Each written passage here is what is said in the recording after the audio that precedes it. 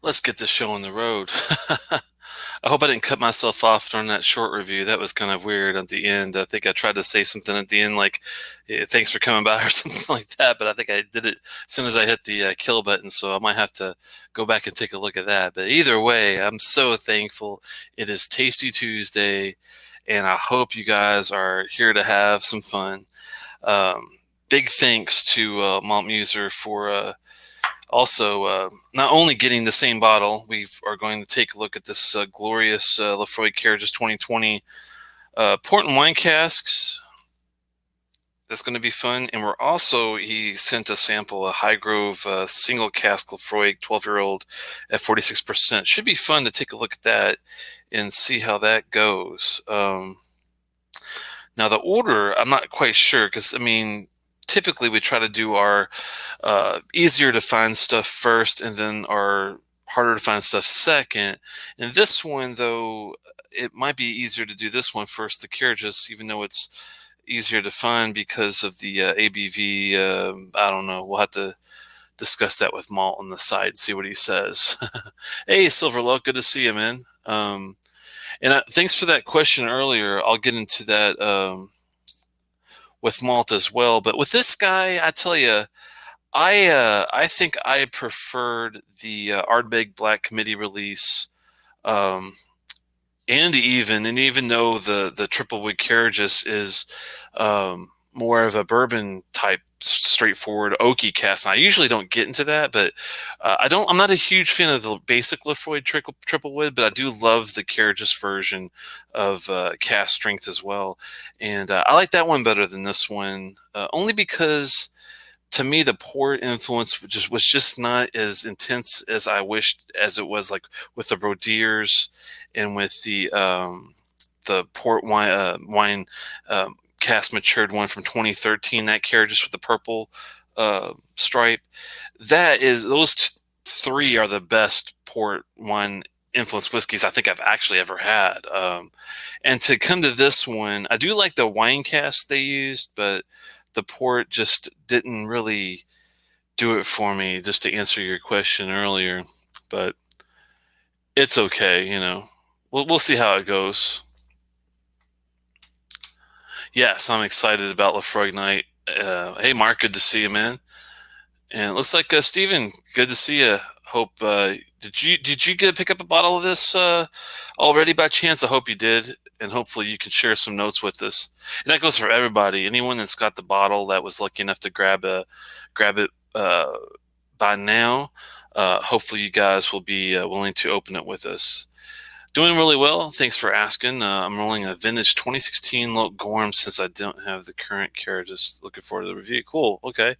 Yeah, I think you'll be very happy with that. I remember having the 2016 Loch Gorham and falling in love with it. That was my first bottle of Kilhoman, if I remember correctly. And I think it was that year that I first tried it. I think it was around, I'm trying to remember. It's been at least a few years back. So yeah, 2016 sounds about right. Good to see you, wine and molasses. Always awesome. Haven't opened it yet. Well, you better get on the ball. You better open it now so you can let it sit out for 15 minutes, dude. You're not going to keep that unopened, I hope. That would not be good. That would not be cool. And I'm sure you have more than one, if I'm not mistaken. If you only have one, that's okay, but hopefully you didn't plan on like keeping it shut for too long. Let's get a better pour here. This is what I call a chintzy pour. I mean, look at that. That's like pathetic. That was the remnants of my last little go around. Silver says, yes, I've had a couple of pours of the new Cairdeas and shall be pouring with you guys tonight. Cool. Yeah, I'm trying to get a little bit more into it and see if it gets, hopefully a little bit better. It's not bad by any means, though, but I'm definitely excited about going into depth in it. I might increase my score later, but I don't know. It's kind of we'll have to see. But I'm so glad that TCP iodine note is forefront. That's the good deal. Let's see. Oh, I have one, but I did buy an old 2013 Cairdeas port from Kenny this week. Did you get more than one by chance? Because I need that bottle, dude. If you drink that, let me know because I want to get the bottle and the at least the container from you. I do collect those, so please save that one for me. And I would even drive to your house and pick it up. That's how bad I would like to get my hands on that. Hey, me Mule, good to see you, man. I appreciate the stop by. Yes, he should be. If he doesn't, I'll be surprised. I did send him a. Well, you know what? I did not send him. I'm glad you mentioned that. My fault. I thought I already sent it to him. Let me go ahead and see, because usually he would say something in the thing. Hold on one second. Make sure he get. Oops, that he gets this right now. Cool. All right, I did send a link, and I apologize for the delay on that one. He should be here in a second, though. Hey, Dram, good to see you. How's California? Hopefully you're not still working. The Port Cairdeas was by far the best I've had, too. Yep. I wish I would have saved some. Yeah, I was lucky enough just to have it on a, what you call it, a sample. I don't have my own bottle, but that's one that I would love to get. But, man, they want to charge so much money for it. It's crazy. After the Glendronach Love Fest last week, I had the opportunity to purchase a Glendronach 18 2019 bottling. Pretty excited. That should be a good one, I think. It's hard to really go wrong with an Allardyce of any year that I've had. I've had the same year, I think, the 2019 Allardyce bottle, and yeah, I think you'll really like that one. I'd be surprised if you didn't, put it that way. Actually, I haven't been able to buy a bottle since recently seeing the Triple Wood a couple weeks ago. Oh, the Triple Wood Cairdeas, I think it's the one you're talking about. Yeah, that's the tough thing, man. It's finding some of these pre-2015 bottles. They just want to charge you so much money. It's a little unnerving, but sometimes you do get what you pay for. I don't know. I'm trying to think. Here's a good question for Steven, just on the side. Steven, I think you've already had that 2013 port before, right? That you got from Kenny. You've tasted it before, correct? Because if you haven't, I'm telling you, man, that's one of the best top 3 scotches I have ever had, and we're talking against some of like 50-year-old stuff. I mean, I've actually been lucky enough to taste a little bit of 50-year-old before. That's like the oldest, but it's even better than that. Port Cairdeas has been gone since 2 months. Oh, man. There he is. Sorry about the delay there, Malt. Hey. Sorry about the delay there. It's funny because someone asked if you were coming. I'm like, well, I'm sure he is because he does. Yeah, no worries, man. No worries. I had to get a couple things set up anyways, man. How are you? Cool. Good. I just felt bad because I was like, oh, yeah, I got to send the damn link. You were too excited about Laphroaig night. Oh, yes. Big time excited. Tasty Tuesday once again. I love it. You bet. You bet. It is Telex in the Malt. How is everybody? What is going on? Yeah, I'm just coming off a good happy hour, bro, where I also did a little bit of a Laphroaig tasting of my own. We talked about the new Laphroaig 10 cask strength. Nice. Batch 12. Winner. Get your hands on that if you can, bro. And tonight I am super stoked because we are going to do Cairdeas 2020. It is time. Let's get it on in the second hour. But first, if I'm not mistaken, we're going to be checking out a rather special Laphroaig for you guys all. So I just poured some in my glass. Before we get into that, how are you, man? Pretty good. And I was going to ask you which one you wanted to tackle first, and that's perfect because I was going to say we might want to do this one first because the ABV is a little lower. Yeah. And the notes might be a little more tame, but you never know. You never know with these. You don't. Yeah, I've been having a great week. I'm so glad that even though it's a Tasty Tuesday, it's also my Friday because I'm taking off the next few days just to kind of get out of the Groundhog Day-itis, the Groundhog Day syndrome we've been dealing with. So I'm definitely looking forward to decompress and get off the the work grid and focus on some whiskey. There you go. Other than whiskey, do you got any plans for your time off? I do a little radio operating. I like to get out at parks, national and state parks, and I might go out to a couple of those and talk to the world with my antenna. I'm fishing for people. Right on. So it's kind of fun to do that. And I got a new piece of equipment. I play a lot of different instruments like drums, guitar, and bass. And I got it's called a Roland SPD SX second edition. It's like think of like a bunch of pads where you can program a lot of sounds and you can like do loops and trigger them in certain succession and do backing tracks and all sorts of stuff. And I connect it with my Roland. It's a TD17 KVX. It's a electronic set, and I'll try to like make it a little more broader so I can play some like stuff like Tool or Rush, things like that. So oh man, that sounds like a lot of fun. It is. Good, man. Good. Take that time off, brother. We all need it, man. Jeez, this year has been taxing, not even just with work, just the world. It's been a lot, man. It's been a lot. I like the pineapple shirt, by the way. That's cool. Oh yeah, so this is from a place called Palm Tavern in Milwaukee, which is like one of my favorite whiskey bars in the city. I grew up in Milwaukee. This is the bar I tasted the Ardbeg Dark Cove committee release at. Oh man, they have an amazing whiskey collection. If any of y'all are ever in Milwaukee, look up the Palm Tavern in the Bayview neighborhood. Freaking fantastic place. And yeah, before I moved here out to the East Coast, I had to show them some love and grab a shirt just because I freaking love that place so much. Do you still get to go and visit sometimes up there? Yeah, not so much this year. I got a lot of family still in Milwaukee and a lot of friends, so I'd like to go back if I can. But obviously the way things have been this year, holding back a little bit on the travel. Yeah, if you ever get a chance to go up after all this craziness and you don't mind a little tag along, not your first trip back, of course, but maybe your second or third, I'll definitely love to go tag along for a day and just go and see some of the bars and stuff. That'd be kind of cool. Man. It's a great city, man. It's underrated. It flies under the radar. And it's not just because I've lived there, was born there, but it's really got a lot of things going for it. It's fun, especially in the summertime. So yeah. Cool, man. Yeah, we'll figure that out.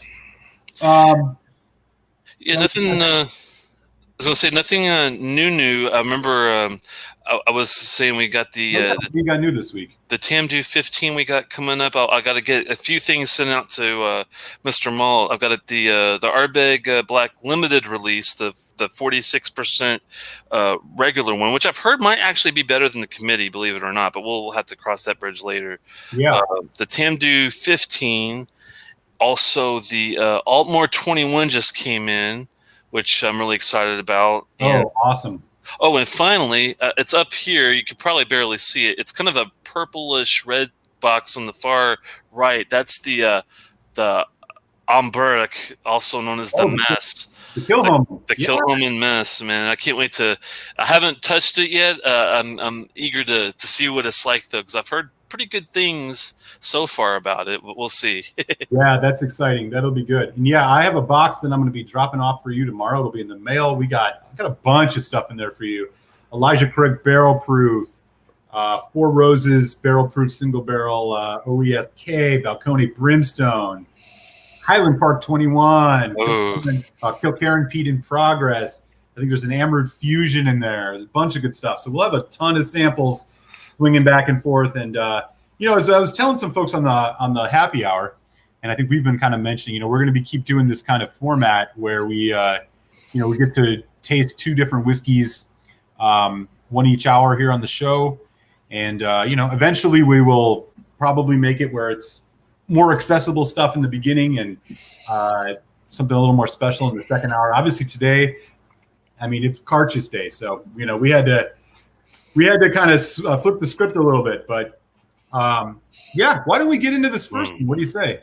Yeah, tell them about the Highgrove and what you know about those guys, because it's an interesting story. I ran across them too. I forgot which site it was, but there was a site that had a lot of these Highgrove single barrel releases. Yeah, so this is an interesting one. This is what the bottle looks like for those of you who can see it. And it comes in a kind of wood box like this. So Laphroaig, not a whiskey that you find independent bottlings of very often.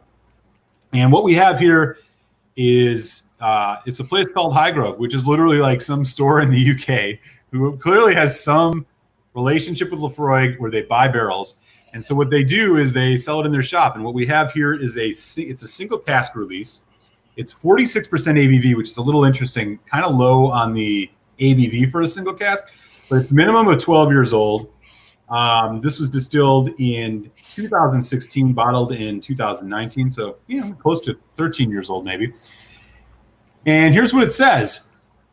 Was originally established, blah, blah, blah. At timely intervals, the distillery manager selects a single barrel of matured malt whiskey, which it's set aside to be bottled exclusively for Highgrove. Laphroaig is famous for being one of the most richly flavored whiskeys, blah, blah, strong notes of peat, smoke, and seaweed. So you don't get a lot of info on what it's aged in. I'm assuming this is all ex-bourbon. Yeah, I mean, it's light on the details, but I mean, come on, it's a single cask Laphroaig, right? I mean, how often do you get to try something like this? So interested in getting into the tasting about this with you.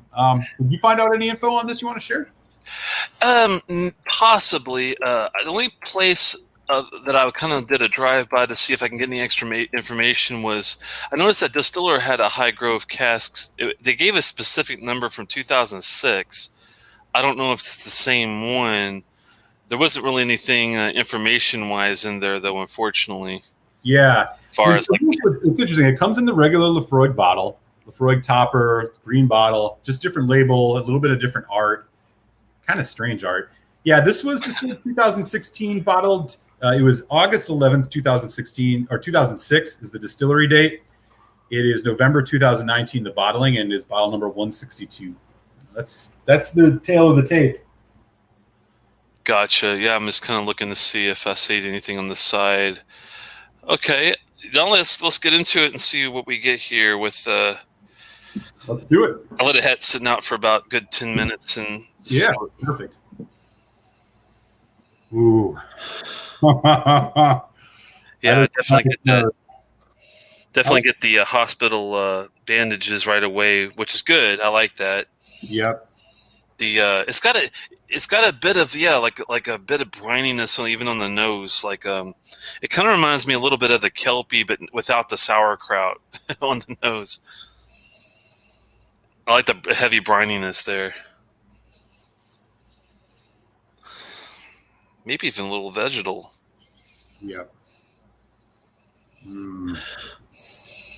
Huh. Kind of interesting, hey? Definitely smoky. Rich. Very rich. Not quite, I mean, in contrast to like the 10, where you get, it's just real sharp and like effervescent almost. This, you definitely can tell it's had some time in a cask, which is bourbon-y for me. I get a lot of vanilla, spice. I do get a bit of that brine, vegetal note, definitely. Yeah, so you could definitely tell it's a little more rounder around the edges than a 10, but that's expected with a couple of years extra in the cask. And wow, what a punch in the face of that just very clean, minty menthol smoke, hospital bandage, all that. All right, down the hatch.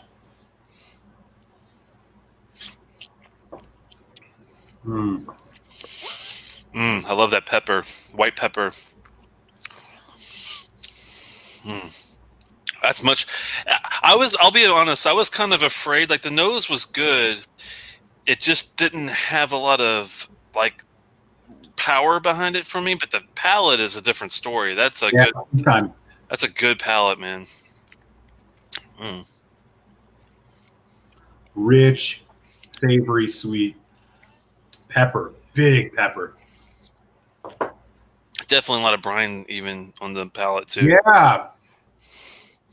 Kind of reminds me of like a really good old Pulteney type of thing. Mm-hmm. But it still has that nice level of peat smoke too. Yeah, I get on the development especially bourbon notes, toffee, dry honey, vanilla, kind of like white chocolate. A lot of caramel and chocolate, caramel. You knew a really nice long finish. This is hanging on pretty nice. It's sticky. Yeah, this is a much better finish than I thought it would be too. That's wild. Yeah, it has like a real nice molasses kind of a finish to it. Maple syrup. Yeah. Here's what it looks like for folks. I mean, Laphroaig notoriously doesn't say anything about color and chill filtering on almost all their whiskeys. But I mean, look at that. Maybe this is natural color. I mean, it's single cask, but of course they don't say it. This may be a naturally colored Laphroaig. This looks natural color to me because I mean that is definitely lighter than straw yellow. It's lighter than amber. It's I would call that even like a light gold, a light straw gold color. That's really good. I'm gonna drink a little more before I even touch it with any water. Yeah, me too. It's almost. I mean, it's hard to really mess with it. It's pretty perfect on the palate without anything. That second taste, you really get those caramel chocolate notes. The bourbon influence on this is rich, rich, sticky, and it stays with you, even at 46%. Yeah, it's even got a little black pepper on the finish too. I'll tell you this right now. Compared to the Laphroaig, the Laphroaig 16, that was the Amazon release last year, which was first fill bourbon. I think this is definitely stronger. It's definitely a better overall taste on the palate, I'd say, versus that one for sure. I'm trying to think of the only thing about this one that I was iffy about was the nose. What did you think about the nose in comparison to, if you can kind of think back? I know it's been a while. But even the Laphroaig 16 that one you're talking about didn't really have that great of a nose either. From what I didn't think so either. Yeah. I think the nose on this is like, I mean, I can go into, I don't know. It's hard to say without final thoughts, but I'll hold back for just a second on that. Gotcha. Added a couple drops to see if I get a different nose out of it. Yeah, I'm going to do that too. And I mean, I'm going to we're talking a drop or two. The thing that's really interesting about this is I'm not picking up much citrus. I tend to get a lot of lemon notes on Laphroaig, not so much on this. I think you'll be surprised after you add a drop what you might get. It's not overbearing, thankfully. I mean, so there's a little lemon there. I think it takes a little bit of that smoke down where you can get more of these citrus fruits. Oh, so fresh, man. So fresh, clean bourbon. Just this one has more floral notes than fruit notes to me. It's interesting. Yeah, it's good. When you mention it, I noticed it more, but I wasn't really picking up a lot of floral. My nose is really overtaken by the bourbon notes. No, I mean like after the water though, that's when I was getting like a little bit more lemon and a little bit more floral stuff with it. I'll tell you, I put 2 drops on this. Still not really getting much in the way of citrus. Maybe a little bit more. It's definitely fresher. There's kind of a herbaceous, maybe like fresh cut grass thing going on. Yeah. No. But yeah, it's masked over. There's like a smoked fish thing a little bit in the background. Seashell, that what I'm talking about. That sea air, the sea breeze thing or whatever. I know it sounds corny, but you know what I'm talking about. No, like sea spray. Yeah, I know exactly what you mean. Maritime notes, seashells. Maritime, yeah, that's more sophisticated sounding. I'm with you. No, but you nailed it though. That's really this. It's funny if this didn't have the peat smoke in it. This to me would be reminiscent of a good old Pulteney. It has that kind of character to it. Oh wow. The palate really changed with water.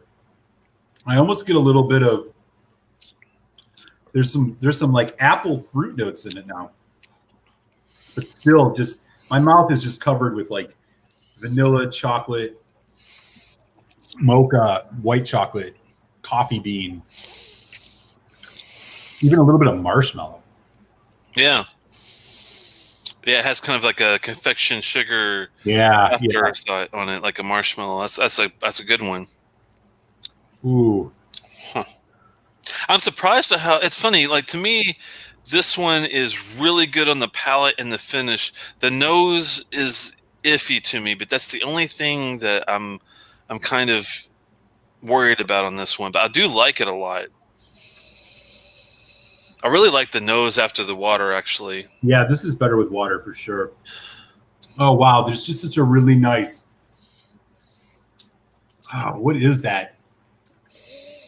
Almost like marzipan, kind of almondy thing. The water and stuff. I think water is doing this a lot of justice. Yeah, almond for sure. You know what I'm talking about? Like, you know what a biscotti is? Yeah, I love those cookies. Like that. This would go, yeah. Like if you had, like, if it was really late and you were kind of done with the night and you wanted this to wrap up with a good pour of this and a little coffee on the side, it actually would go really well together. Yeah. And this is going to sound funny to say about a Laphroaig, but dare I say, relaxed? It's refined. I mean, it's kind of. I think the extra few years in there really help the tenacity of the typical tin bite that you get, which is not bad. I do like the tin, especially the gas strength. But this is like for people that prefer they still want the bite, but they want the refinement they get from a 15 or an 18. They want a little more. Yeah, but in contrast to the 15, it's not bright and effervescent and like citrus fruity. It's much more vanilla bourbon cask influence. Yeah, this definitely tastes more like a more of a full-fledged bourbon than definitely no sherry notes that I get out this at all. That's for sure. But it doesn't need it, thankfully. That's how I always can think to myself, I know it's going to be a good whiskey, especially just a straightforward bourbon cask whiskey, if I like it the way it is without any additional sherry, without any additional cask influence. They don't need the red wine. They don't need the, special charring and all that crap. It's just good the way it is. So this is a UK release only type situation. It's about $100 US. I don't know. You want to share your kind of final thoughts, preliminary tasting score on it, or I can go first?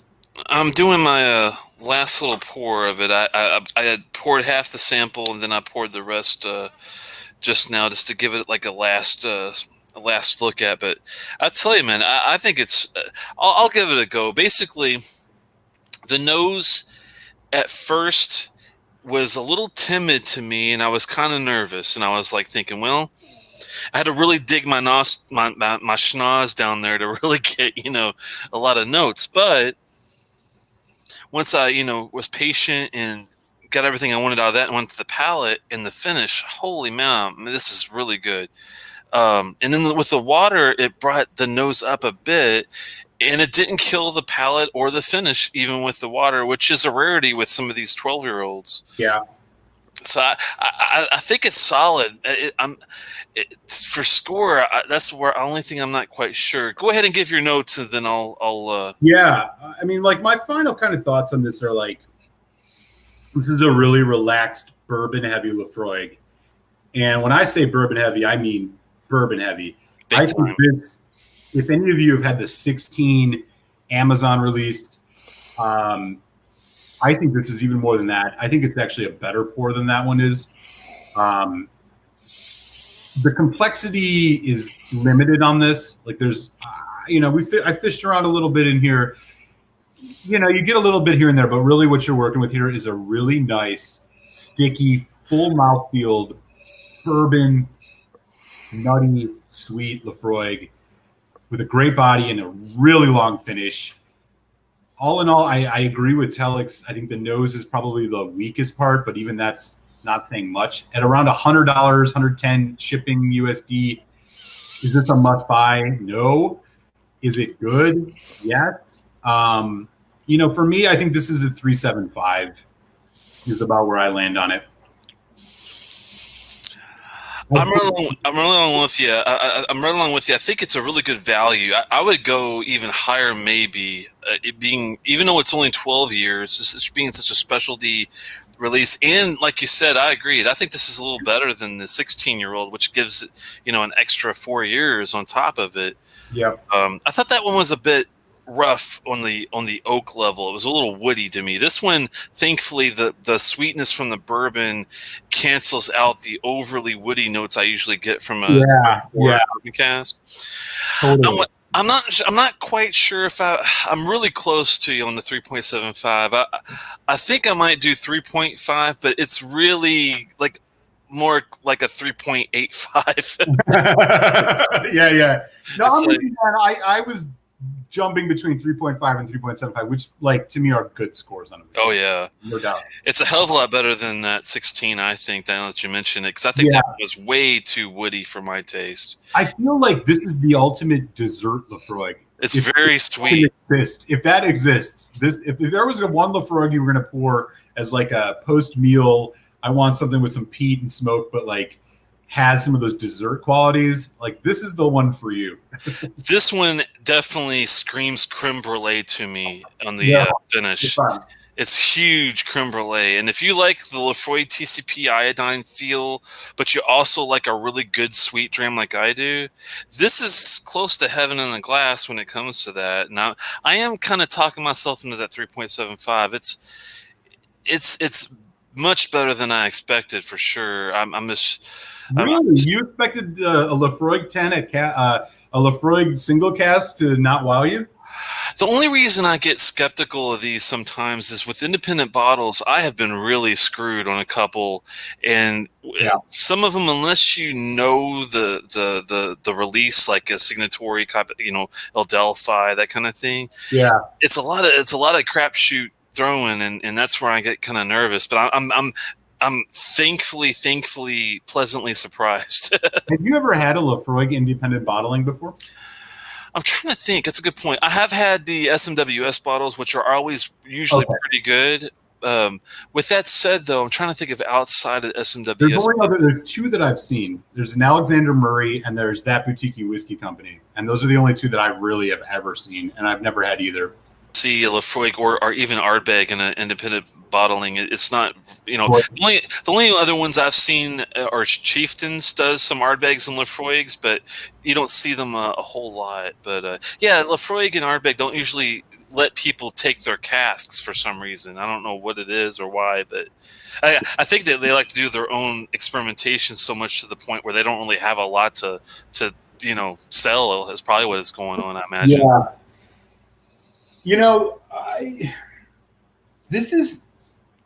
I'm not sure I would buy this again necessarily, but the thing that threw me off about it was like, ooh, single cask, hell yeah, 46%. I was like, that worried me a little bit. I'm thinking like, okay, so they literally bought it. Like this shop literally bought barrels and diluted it down themselves to like whatever. But thankfully, it didn't do 40 at least. Well, right. Or 43 even. I wouldn't have even messed around with it at that. Yeah, I think it's a good. It didn't. It's funny. I think the nose could have been better, maybe with a higher ABV. But I think the palate / finish were spot on with the 46. I don't feel like I'm lacking a lot on the palate. Even compared to like a 50 or 52% whiskey, it doesn't feel weak on the palate or the finish to me. And it gets better and better, man. I'm telling you, you start getting a little bit more. You get a little bit more like of a bright sweetness the longer this sits in the glass, especially with a little bit of water. Man, I'm telling you, this has to be first fill bourbon. I would think so. That bourbon, the bourbon influence on this is significant. I know you were saying you wouldn't. Excuse me. I know you were saying that you wouldn't go and buy it, but one second. I'm on the fence. I'm not sure if it's like, is this something I want again? I guess when I think single cask, I'm like, this is going to be real complex, real interesting. This is not very complex. No, but what it's doing. Yeah, that's the thing. It's like I was wondering if I lived in the UK, would I buy it more often? I probably would if I didn't have to pay totally. shipping. Because if I could go to the store and buy this as if this was like Laphroaig's 12-year-old basic release, and it was like $100 or $90, I think I would actually buy it pretty regularly. Yeah, It's it's very accessible for a Laphroaig. I just love the fact that it's got a lot of sweetness to it without becoming too, what's the word for it? Too woody. The woody notes, thankfully, are so well balanced with the sweetness and the peat smoke. It really comes together, I think, with that. If it was overly woody, then I probably would be like, yeah, I would pass. But yeah, that's a good point. Yeah, folks. I mean, this is definitely one that is not a U.S. release. You can shop around on the interwebs if you're interested in this, and I hope we gave you guys some interesting notes on it. I think it's yeah, again, I think this is a dessert Laphroaig. Obviously, Laphroaig is good. Any whiskey is good anytime, but specifically, if you were thinking about like how to describe the profile of this in 5 words or less, it's a dessert peated whiskey. Oh yeah, and it does it well. This is no slouch. I would much rather have that than port wine any day. There you go. I do like port wine too, but that as a dessert, like if you know, little baked Alaska with that on the side, man, my goodness.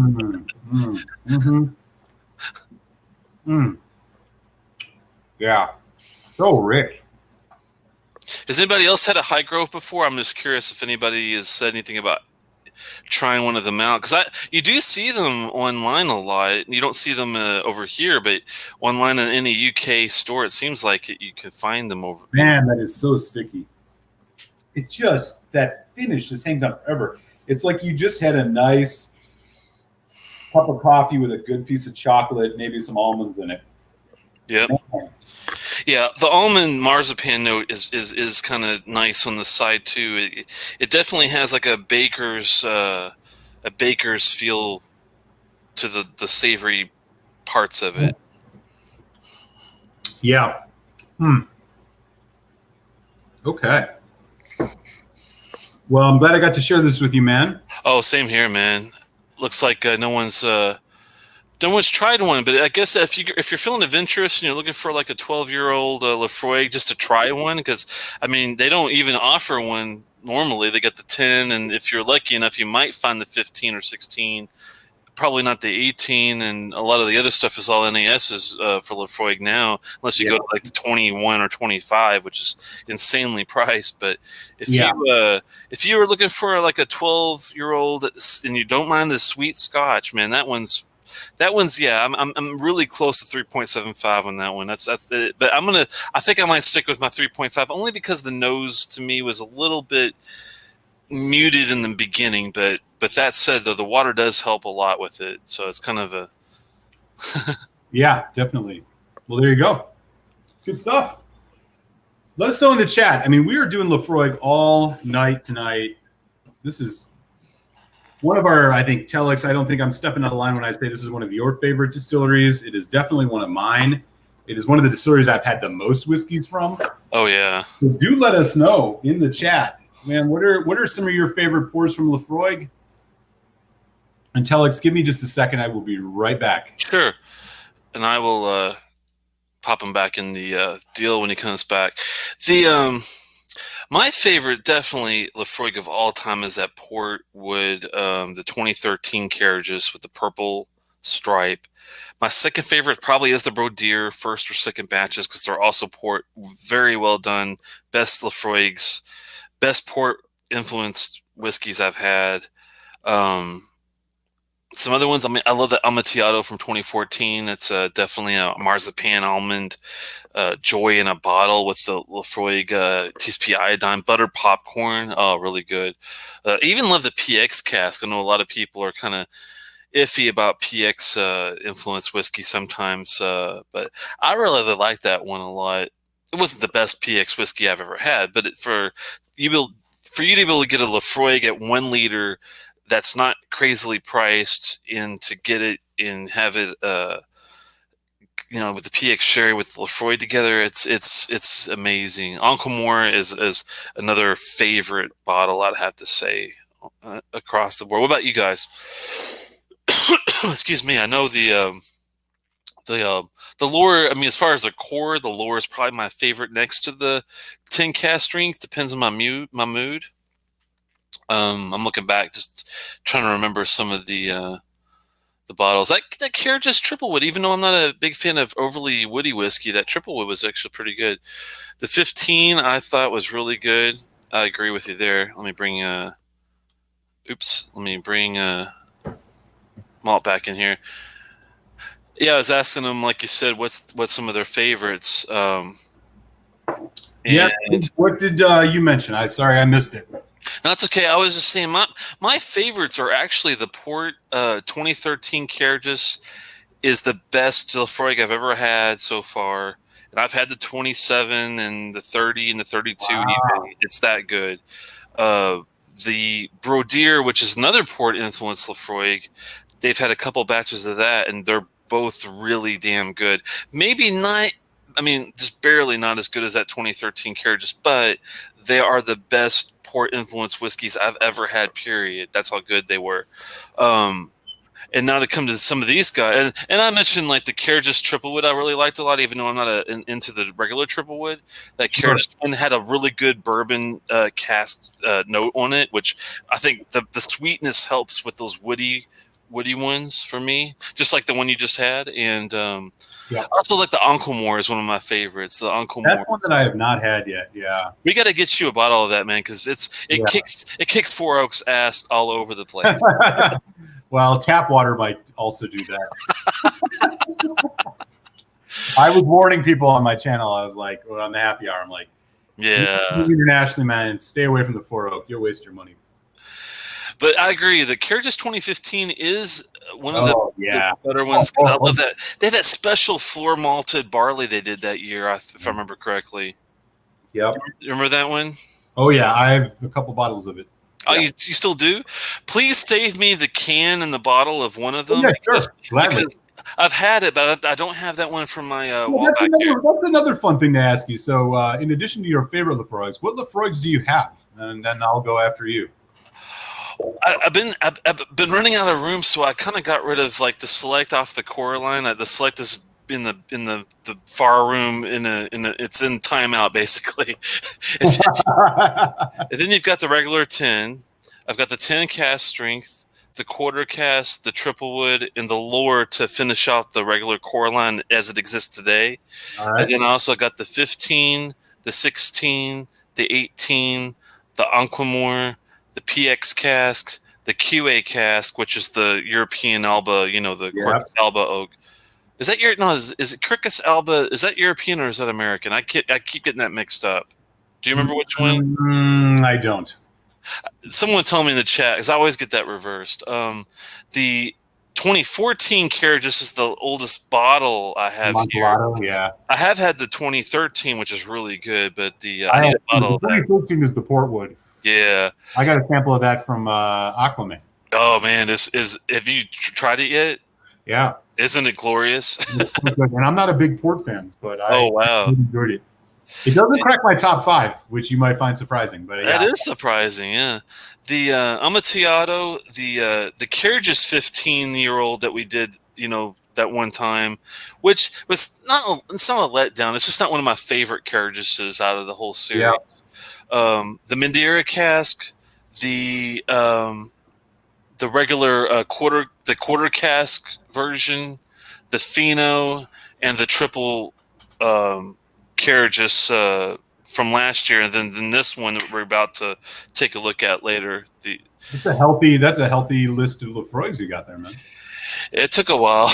Yeah, no, I hear you. I need to get a bunch of old Cairdeases still from like 2008, I think is when they started. That's going to be very costly, and they're not. I feel like some of them are decent, but some of them aren't all that great. So I hate to spend $200 or $300 on something I'm going to be kind of like, it's pretty good. So those are the last ones I'll probably will dig up. I might save up for like a 25 or a 30-year-old, and maybe get one of those someday. But what about you, man? Yeah. So the Laphroaigs that I have in bottles of still, Cairdeas 14, 15, 16, 17, 18, 19, and then 20, which is the one we're doing tonight. I got all of those. cask strength 10, batch 6, 7, 8, 9, 10, 11, 12. Wow. I have the age statement ones. I have the 10, 15, 18 green tube and white tube, 25 and 28. And then I have the lore, that Cairdeas 15, which is like the UK release, this Highgrove. Those are the ones I have in stock. If I was going to do a top 5, lore would be 5. 4 is the Cairdeas quarter cask strength from 17. 3 would be 20. 3 would be 18, or 3 would be 25. 2 would be 18. 1 would be the 10 cask strength. I forgot about the 18. That is one of my favorites. And Dustin was saying he really likes the 25. It's really good. And it changes every year. The one that I have specifically is the 2016 release. Yeah. That's a tough thing about these batches, like with the older whiskeys. It's like, are you really going to, I guess you will if you're spending that kind of money and try to find out what the year is before you buy it on even on one of these. But I don't know.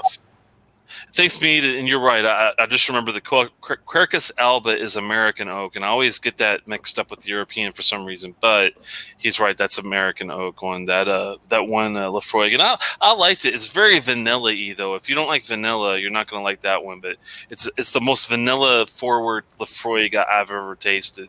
If that makes sense to you. What was your least favorite Laphroaig? The Select, by far, I have to say, is my least favorite. Second least favorite is either the Triple Wood basic release or the 16, I have to say. Oh, yeah, I have the 16 as well, yeah. Really, you're the 16. I mean, it's just too woody for me. The Triple Wood and the 16 were so wood forward. The 16 was, I don't know if woody was the way I felt about it, but I see what you're saying. It's like it was just that bourbon note. I mean, again, as we were just talking about with this single cask Laphroaig, like I think this 12 is just light years better than that 16 was, even though it was 48%. That's true. That's why I was thinking, well, this one should be scored pretty high because it literally to me beats that regular 16 release that they have. Which yeah, I think so too. But if you are a fan of the Triple Wood and you like a whiskey that's got a lot of oaky properties to it, you will love the 16 and the Triple Wood. So there you go, on that one. Yeah, I liked the Triple Wood enough. The Cairdeas Triple Wood probably wasn't my favorite. If I was going to do the Triple Wood, or when I think about the Cairdeas releases I've had, I think it would go like 2017 quarter cask strength, followed by the 2015 200th anniversary, followed by the Amontillado, followed by the Port 2013, then the Fino, then the quarter cask, then the cask strength Triple Wood.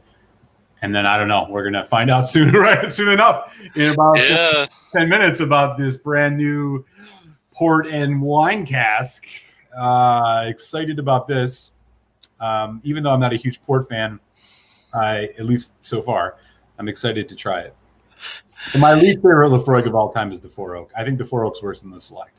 I'll agree with you on the 4 Oak, but it's funny how we are a lot different on our picks on the Cairdeas. Like for me, it's like the Port is like number 1, the Amontillado is probably number 2, and the Madeira is probably number 3, and the Fino is probably number 4. I like a lot of the sweeter, like more fruitier, I guess, with my peat is the reason why I think I like it that way. But I do love a good straightforward bourbon cask if it's got the sweetness to balance out all the other stuff like this one you just had does. So there you go with that, Goes to show you can make someone that doesn't like bourbon after all. And soon enough, when we're going to do a back-to-back bourbon tasting on the show here in a couple weeks, you will probably might change your tune on some bourbon because I'm sending you 2 real good ones. No, I appreciate it. I mean, I'm going to get this in the glass now because I just can't wait. Oh, you got to get in the glass, man. Have you opened yours yet? I have opened it. I poured it a little earlier just to give it a little air and gave it a nose, and I I'm gonna let you do first because I kind of went ahead and did a little short review earlier, and I just want to see what your take is before I tell you what I found on it on the side. Oh, man, yeah. I'm gonna let it sit for a few minutes, but boy, I cannot wait.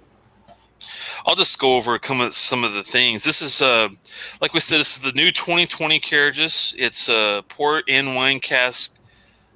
This one is kind of complex. It's second fill ruby port barriques with ex-bourbon barrels and finished in red wine casks as well at 52%. Yeah. So it's kind of it's a bit busy on the. I'm glad they went second fill on the port because that would have overpowered everything otherwise. Well, we'll cross that bridge in a little while. I want to see what you think first, and then I want to talk to you about some of those things because, like, for your palate not being a huge port fan, then I would agree with you. But if you do like a port Laphroaig, then it's like they might have made me happier with that. But we'll see how it goes. Yeah, I'll let this sit for a few minutes, and then when we get to the top of the hour, we'll check it out. I think you'll be. You can definitely tell this has been sitting in some wine casks. Woo-wee.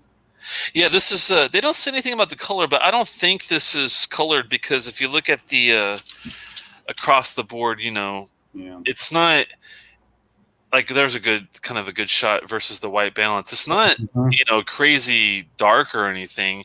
If I was matured in port and wine, red wine cast, I think I would probably come out about that color too. Yeah. Ex-bourbon, second fill port, ruby port, and then finished in wine for some amount of time. Yeah, it doesn't really give me a lot of information about how long versus one versus another, but I think we can make some observations after the taste to maybe give a guess of how long we thought it was in each thing. Well, it says it's. I mean, the tube said it's fully matured in second fill ruby and ex-bourbon. So I'm assuming they just took those, married them together, and then threw it into a red wine cask. But I mean, obviously these are NAS whiskeys, the Cairdeas line. I can't imagine this is very old. 52% ABV. Yeah. All right. Yeah. Second, we're at the top of the hour. Shall we just get into it? Yeah. Oh boy. Here we go, y'all. Young. What if I could strap this to my face and sleep with it where I could just smell it all night? Oh, it's a nice nose. It's young though. Yeah. Spirit. I mean, it's got that concrete note that you get, that wet clay concrete note, which I tend to get off, very young whiskeys, particularly Islay. That's coming through here. But boy, rich red fruit. Is that what people say? Is that what people mean when they talk about? I know one of the Scotch test dummies, Bart. He talks about the Bondo putty. Is that the kind of the same? Yeah, thing? No? Yeah, exactly. I was wondering how to describe that to somebody, and I'm glad you mentioned it. How did you say it again? I mean, it's like wet clay, concrete, just that kind of youthful. That's how I find that in a lot of younger whiskeys, particularly peated scotches. Do you remember if you got that same note from the black that when we tried it? No, I did not. That's what I was wondering too, because I get it on this one, but I don't get it on the black. Okay. So definitely, that's the strongest note I get, is that youthful kind of wet clay thing, and then behind it there's vanilla. There's definitely some spice, but it's overpowered by, I guess, what I would say. Once you keep nosing it, I think you're going to get the raspberries and strawberries. Yeah, it's like jam. It's like jam, a red fruit jam you put on your breakfast toast. And give it a little time. You should be able to get dark red grapes, dark red cherries. And give it a little time, and you should be able to get like a meaty, savory, almost like a ham barbecue note out of the nose too. I have trouble picking that note up, but I get a little bit of maybe clove. I have a hard time with that sometimes. I'm not getting a lot of the barbecue. Maybe a little bit. It's more like it's not like a pulled pork barbecue. It's more like a ham, Yeah, savory, like a ham type thing. A little spicy. Like, yeah, I get the medium spices and medium florals in the back too. Yeah, there's a bit of floral. The smoke, the peat is there. The smoke is tame. Yeah, it's not as in your face. Oh, I can't wait any longer. I gotta get the taste. But it is there. Cheers, Telex. Cartridge. Cheers, man, buddy. Woo woo. Cheers. Do this. 52% neat.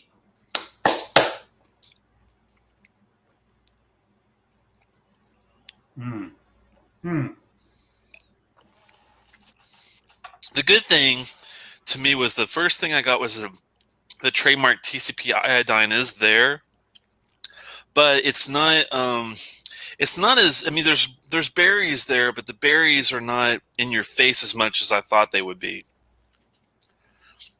Wow. Okay. My initially sweet fruit. I mean, I get it. I do get it. Did you get the TCP hospital? Oh yeah, of course. Yeah, definitely. Relatively short on the finish. Medium, maybe. If I'm going to be generous. You're being generous because I thought it was a tad short on the finish. Yeah, I think it's because it's got a dry. And then there's that. This is maybe not the best way to describe it because it's better than what I'm going to say, but it's like Robitussin cherry cough syrup. Some cherries, yeah. It's cherry, plum, raisin, vanilla, drying, that's where the red wine is, and I'm finally getting it. So this is what's interesting. I got to give this another taste. Hang on. It's like a medium. It's I'd say more medium than heavy mouth coat. It's got a nice mouth coat. I get a bit of dark chocolate and vanilla, and a little bit of creosote in there too on the side. Ooh. Okay.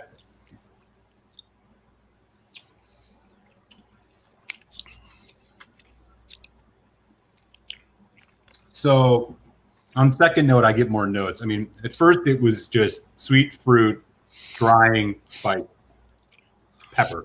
Now I can get a little bit more descriptive, I think. Dark cherry, almost like candy, like cherry candy. Like a Jolly Rancher. There's a little bit of that kind of marshmallow cotton candy note. The peat smoke is much stronger on the nose or on the flavor now.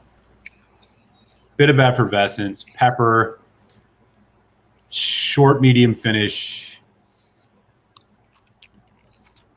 And the red wine really comes in at the end where it's tannic, drying, oaky. I get some spice. Like there is some nice like white pepper, black pepper. It's got a nice waxiness, brininess to the finish to me. But with the black cherries, like you mentioned, but to me it's so short. That's the port influence on this is huge. I didn't think it was though. I think to me, and this is just me. I thought the red wine influence was heavy, but the port was lacking. Because what I liked about the 2013 port in the Brodier is it had more of a sweeter fruit level to it to me. But okay, but I noticed you got the fruit off the bat. I definitely got the fruit. It's definitely sweet. The development of this is interesting. It's sweet, fruity, and then pepper. And then it goes into like the cloying. And this is what I associate with a lot of port whiskeys I've had. I haven't had a ton, but this is what I noticed. Cloying, sticky, sticky, dark red fruits. And then there's a little bit of spice. And then it's the tannic dryingness of the red. Like I don't really get the red wine thing until the very end. And it is prominent. I actually think the wine and port is really overpowering here. I don't get much in the way of like bourbon notes at all. And they're kind of drowned out in this, but. Well, on the palate, I I'm not got surprised. the caramel and the toffee. I got a bit on the palate, but yeah, I mean, I definitely don't get it on the finish at Mm. all. Yeah, I'm gonna honestly. You know what? I gotta put Yeah, some beer in the glass, and then I'm gonna put a little water on it. I will say the neck pour it is better. I've gotten past the neck pour, and I'm kind of like I'm right above the white label on this. This is the UK bottle, so this is a little bit different. 700 milliliters instead of 750. You got the 750, don't you, Malt? Yeah. This but even so, the more I have, the more I do like it. But I am surprised if you think back to the port wine and how fruity Oh. forward it was. I'm just surprised that this one didn't have that port punch in the face like that one did. But Really? You don't think so? Wow, man. I mean, that's almost all I get on the nose here, especially with the drop of water I just put on it. let me try a little I bit mean, of there's water. a little bit of that vanilla in the back, but boy, this is red. It's red fruit. Dark. There's dark chocolate. I mean, this is very port to me. I don't know. I think the port is dominant here, except on the finish, where that kind of tannic dryingness of red wine comes in. I don't get much in the way of bourbon notes at all. It's to me, for some reason, I'm getting a lot of red wine notes and not as much port as I want. It's weird. It's like what you're not getting what you want, but it's different than what I'm getting, and I'm not getting what I want, but I'm wanting what you have. Yeah.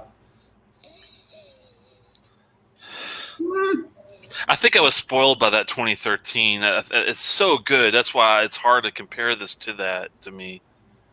I think the water brings out a bit more. Water's good on this for sure, as it seems to always be. Boy, I am left with just. I get more fruits. It's like the echo of dark fruit. It's like it's cherry. It's not quite like Robitussin, but you know what I mean. That cloying kind of red fruit note there. It dries out relatively strong, which is where I think the red wine is coming in, almost like a Merlot. No, it's more like a Cabernet Sauvignon. Like it's a little bit juicier than a Merlot. Exactly. Yeah.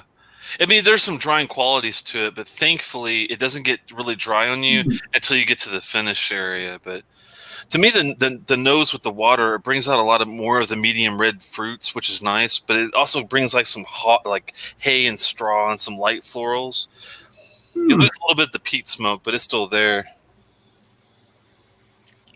And the palate, it's a little spicier, which I was happy about that little white and black pepper. And I get more caramel and the confection sugar on with a little bit of a couple of drops in the water on the palate. To me, the bourbon influence comes after the water for me, which doesn't make it bad. It just brings out more of the dark chocolates and the medium florals. It's a bit dry, but I don't know, man. With water, it does get spicier. I think this is way better with water. I do like it both ways. It's just hard for me to do it because I'm comparing it with stuff I've had from Laphroaig in the past that was to me like their echelon, like their freaking top level shit, you know? Yeah, I mean this is an apples and oranges comparison, but if we're talking strictly just like enjoyment level of Carchis releases, it's good. I don't think this is quite as good as the Fino or the Amontillado.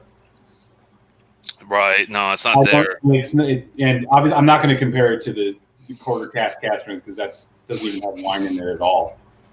But this one might take a little time. I like it. I do just get it. I like it. I think I like it. The more I'm like getting into it with I think water has dramatically improved this whiskey. Let me ask you this as you're going along on your journey, and Silver Loke was the one that asked me, and I gave him my opinion of it. I want to see what you thought. How if you're think back to the Ardbeg Black Committee release, and also think back to the Laphroaig Cairdeas. How would this compare first to the triple wood Cairdeas just because I think that'll be a more easy comparison, and then think of it maybe compared to the Ardbeg Black Committee release and what. Yeah, the triple wood Cairdeas. The wine influence, the non-bourbon influence of this is much stronger on this than it was on the Cairdeas triple wood. That said, I think this one comes in at a little bit more of an expensive price too. It's on par. I think it's on par with the Cairdeas triple wood. I don't think this is a world beater, but I think it's quite good and interesting, especially for people who like port. I am not a big port fan personally, and this whiskey is not actually making me like it more. But it is not as good as the 2013 port wine. That's our port. There's no doubt about that. There's something about the red wine. It's muddled. Like it's a little. I'm not sure. The only way I thought to say it was I feel like something's missing somewhere. I'm not quite sure what it is, but it's like I like what they did. I like the fact that they did the port, they did the bourbon, they did the red wine. But even though they did this whole process, to me, there's something, and I think it's because of how dry it gets with the finish. Yeah, I mean, that's going to happen. I mean, I'll be honest. I think this is better than the Kilhoman red wine. Oh, I don't know, man. I don't know about that. Okay, let me ask you this. What about the Ardbeg Committee release of the black? This would be I like the black more. I do too, and that was the big thing that the committee release black is also $45 more than this whiskey. Well, I think I messed up, and I should have got this local because I probably spent way too much. But, well, it's $100. I mean, which is more like an uptick. I think I had to do, and this is 50 milliliters less. I think I actually had to do like 120 for this one. More of the bourbon now.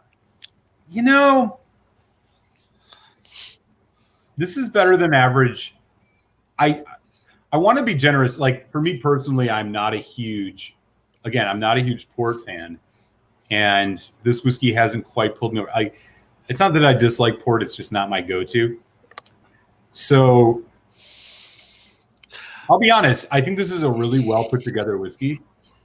I think there's a lot happening here. There's a lot to explore. I think people who like wine cask finishes or like port are going to really enjoy this. I don't think there's anything wrong with it. It's just not. I don't think it's a world beater in any way. I don't know. I mean, I'd go 3.75, and that's exactly what I thought too. I was wondering. I was like, I wonder if he's going to go break the 4 barrier, or if he's going to break the 3.5 barrier at least. And I thought, well, to me, it was definitely well above average. And just because I kind of feel bad because I'm comparing it to one of my favorite whiskeys of all time because it's in the same type of character profile, but it's kind of brutal to it because it's a damn good whiskey, but the way I'm talking about it makes me sound like I don't like it, but I do love this whiskey. It's good. Is it 4.25 like a Ardbeg Black? No, I think black is better. And you know what else I think is better, which you and I talked about last week, is another red wine finished whiskey. Now it didn't have port, but it's still red wine finished, so it's approximate. Is the Port Charlotte MRC01. Oh, yeah, dude. Which also had that kind of wet clay note, youthfulness. I just think it's better than this. I think more peat helped too. I think, look, if you're a Laphroaig fan, you're going to buy this. You're not going to be disappointed. Oh, no. It's probably going to give you something to explore. But is it the 2015 Cairdeas? Is it the in my case, 2017 Cairdeas? No. But I think it's well constructed. Oh yeah, they did everything right. Muddled. It's just a little muddled. Like there's just a little bit of. It might just need It might just need some time in the bottle. It's just a little muddled. Like I don't get enough bourbon on this. This is very wine port forward. with the peat. The smoke is there, but the peat really isn't for me. It's more pepper. It's less peat. I feel like a little bit more time with this open. I think this is going to live up to its 3.75. I think 3.75 is a fair score, but like, it's really about your taste. To me, it was like a little flipped. I thought the red wine influence was there. I wish that the port casks that they use were a little bit better quality. That's the second fill, right? And they're Baruch, so they're fucking huge. I think that was the problem. They were trying to find the balance, and maybe didn't quite get it, but it's still a damn good whiskey. I'm not knocking it, but yeah, I mean, if you're going for if you have over $200 to spend and you're looking for a port whiskey, definitely go for either the Roe or if you can find the Cairdeas 2013. I mean, that is going to be way up a lot more than a couple $100. But if you're lucky enough to find it, I would go for that or the Roe before I would go with this one. But this is damn good. The one thing that the black doesn't have that this one does have that I really appreciate is that TCP iodine hospital feel. You cannot get it anywhere other than the floor. I mean, can you think of any whiskey that gives you that really nice Bandage Hospital TCP iodine flavor that's not from Laphroaig? No. I mean, I can't think of it. I mean, isn't it ironic how they have like the stranglehold, their hand around that entire profile, and nobody else can get it? I wonder what is it about that distillery that gets that? Do you know what it is? I mean, it's probably just the peat they use. Like I think that's the big piece here. Like I think and the stills, right? Like like Lagavulin, like obviously the peat, where they source the peat from is going to have its variations, but it's the stills too. I mean, Lagavulin, the shape of theirs. I would love to like try some other whiskeys through the Lagavulin stills because you get that fat meatiness. Like, yeah, I mean, it's Laphroaig's signature style.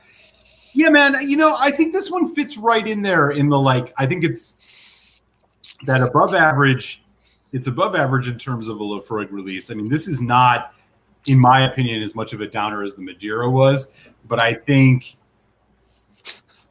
the caveat here is that you need to be like really into port and wine. I mean, simple as that. It says it on the freaking label.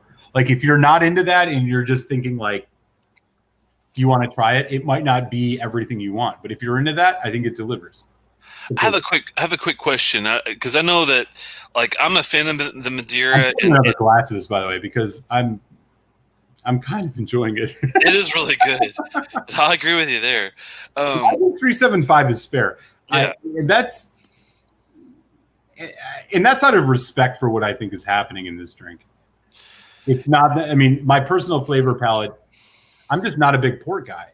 And It's interesting, like you like port and are missing the port. If this had less port and more balance with the bourbon, I'd probably maybe even bump it up. But yeah, for me, at the end of the day, and Whiskey Ace just nailed it. Like, I mean, I'll be honest. If you have $100 in your pocket and the choice is between this and the new 10 cask strength, 10 cask strength all day. What I wanted to ask is I know that you are not a big fan of the Madeira cask of the Cairdeas. It was the 2016, I want to say. Yeah, that's right. Stephen and Dustin, I'm just curious, did you guys have the 2016 Cairdeas, the Madeira version? And if you did you like it or did you not like it? I'm just curious because that was one of my favorite ones. But I like a really fruity. I like a lot with my peat smoke. I do like a lot of fruit and sweetness balance to go with it. I'm just curious if they liked it or if they didn't like it, or enough. Personally, I think the Cairdeas 20 is the best Cairdeas in the years, but it's like I'm in the minority, huh? It's all good, man. I mean, it's at the end of the day, it's relatively subjective, but yeah, I mean that's the thing. I'm trying to caveat it. Like my personal score, like my personal feeling on it, it's like 3. It's in the 3.5 range. But I see what they've done here, and I can, to my best ability, objectively say like, yeah, I think a 3.75 is a comfortable score for me on this. I just don't. I don't personally gravitate too hard to the port, and I just think it's a little bit more muddled than ideal. But I'll tell you, maybe we should revisit this in Yeah. Yeah. Well, I'm still drinking it right now, so. yeah, next week, if you want, we can at the end of the show we can like come back and say, hey, let's pour a little dram before we go and see what we think of it now, just to see if it gets better or the same or worse. You never know. Yeah. Looks like neither one of them had it. Oh, Steven had it but doesn't remember it, so that's probably not a good sign. Dustin hasn't tried the Madeira. If I had some, Dustin, I would send you some, but I drank that shit so fast your head would spin. What a nice color on this, though. I mean, you never know with Laphroaig, but Let me see. Mead had liked the Madeira, but it's been a few years since he's had it. Which, yeah, it's tough. My least favorite, but it was still a decent whiskey. I think it was like a 3 out of 5 for me. Yeah, and that's what's funny. It's like I know I sound like I butchered this, but this is still a 3.75 out of 5 to me. I mean, it's definitely solid.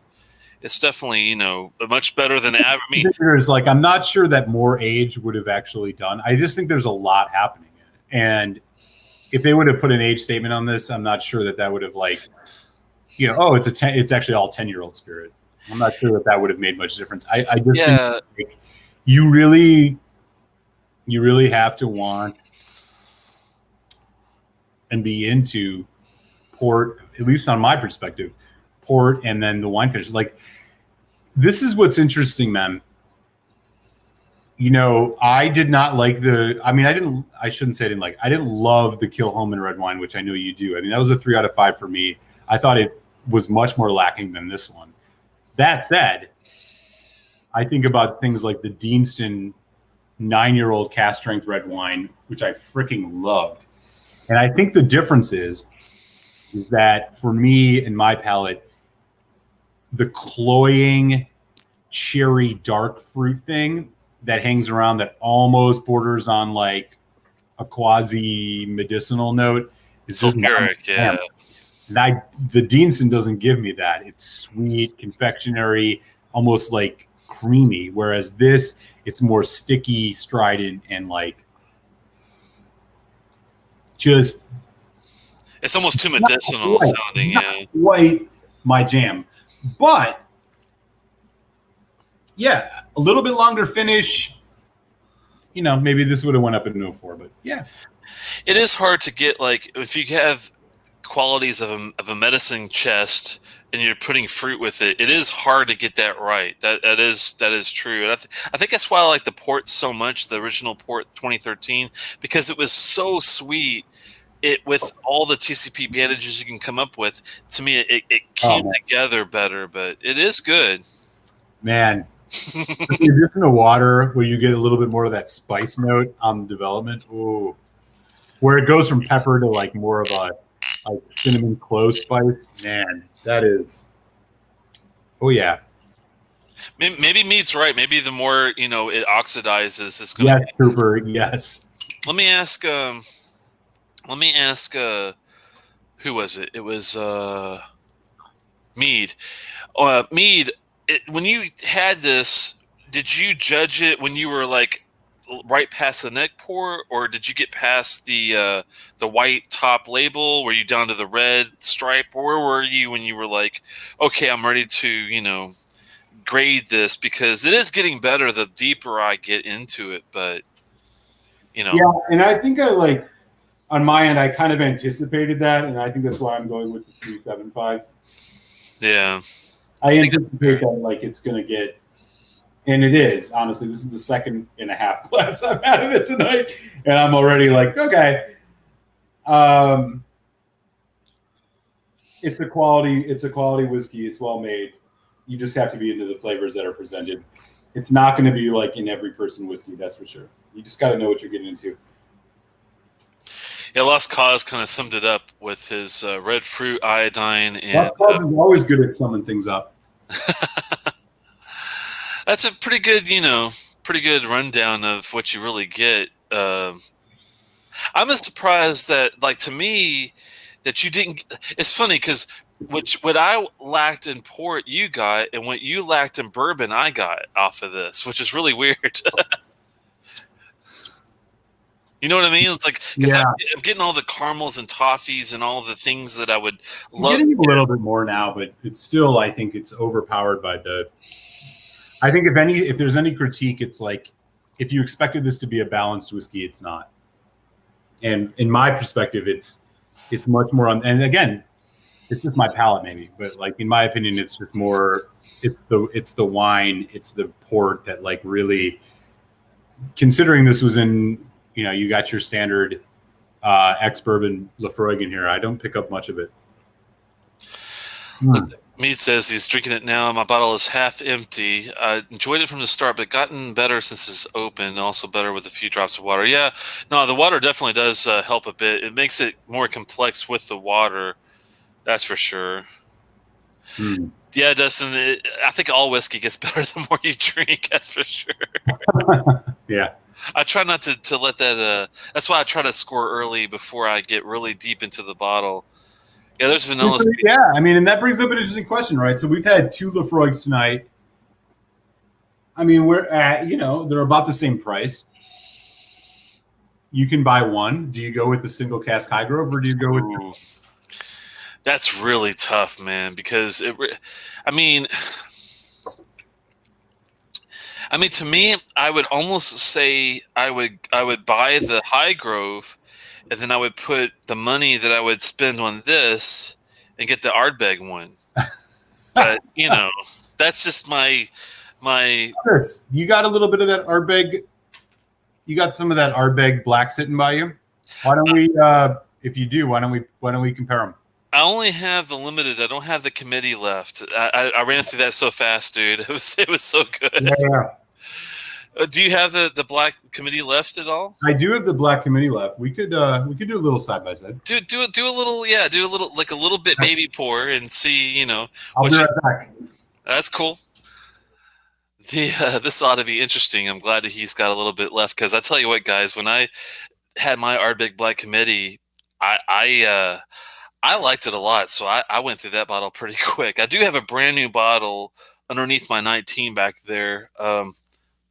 That one, it's a limited release. It's not opened yet. I'm going to send that to Malt and see what he thinks about that. I've heard that it could be better than the committee, which would make a lot of us happy, because I know some of us thought that the black was in the committee was a little young. This one's also young, so I don't think the youth of the whiskey is going to make a big difference from one distillery to another when it comes to these red wine cask, offerings. We'll see, though. Since it's such a small percentage of casks, it almost feels like a little of a flat experience. Yeah, that's a tough thing with these things, man. I've never had the 13 Port Cairdeas, so I don't have to judge it against. But personally, I get a lot of port on the 2020. I think if you had the 13, man, it would blow your mind. Let me get Malt back in here. But it's unless you do have them side by side, it's really hard to judge, and that's why I'm glad that Malt's got his yeah, bringing it back to the masters, man. Yeah, I mean, because no matter how young you think that whiskey is in that black committee release, those the red wine casks that they use in there are so glorious that they could have used 1-year-old whiskey in there and it still would have tasted good. Yeah, I agree. That's the funny thing about that. But okay, we'll do a little side by side. Why not? I'm curious of what you So think. The Cairdeas is 52%. The black is 50.7, so a little bit lower. Tell me what you think about the youth. If you get this, like when you're comparing, because Stephen was asking if the black tastes older or younger than the black, and me thinks that the Cairdeas is definitely older than the black, and the black tastes like it's barely 5 years old. So, all right, we'll give it a couple minutes. Why not? We'll see about that, though. I don't. The funny thing, though, is, guys, I'll be surprised if people like this better than the black, because even with the 5-year-old whiskey, the casks on that black were so much better, I think, than the cask they used for this guy. But that's just me. And I'm a fan of both They're distilleries. very, very different. I'm a huge fan of both distilleries. In So fact, this is the black. Again, you just get more. It's that Ardbeg chimney soot ash asphalt thing. You don't get the PCP item, but boy, the red Pinot in here, it's glorious. It just works so well with it. Yeah, if the nose on that doesn't kick the other one's ass, I'll be surprised, because the nose on the black to me was a lot better than the nose on that one. Right, let me just it's good, but not the same. Yeah, this is much fruitier, more confectionery. I agree with Lost Cause. I think the black is more of a 7-year-old, if I had to take a guess. But yeah, I think the Laphroaig it's more confectionery, it's more the cloying red fruit, whereas the Ardbeg, it's more chimney soot, dark ash, earthiness, and then that like sweet red. All right, palate. Yeah, to me, it's so much more wholesome. It's like eating oatmeal versus like a bowl of grape nuts. You know what I mean? I can have a big bowl of oatmeal, or I can have a big bowl of milk and grape nuts. I'm gonna like the oatmeal. It's more satisfying to me, but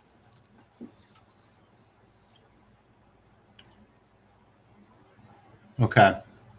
So yeah, the Ardbeg black, chimney soot, ash, earthiness, the sweet red fruit, but it's also kind of some dark fruit in there, a little bit of brown sugar, tangy, longer finish for sure on the black. All right. Carcass.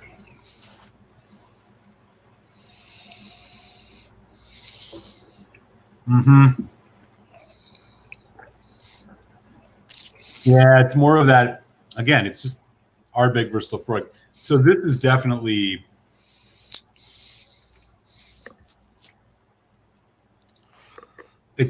sweeter.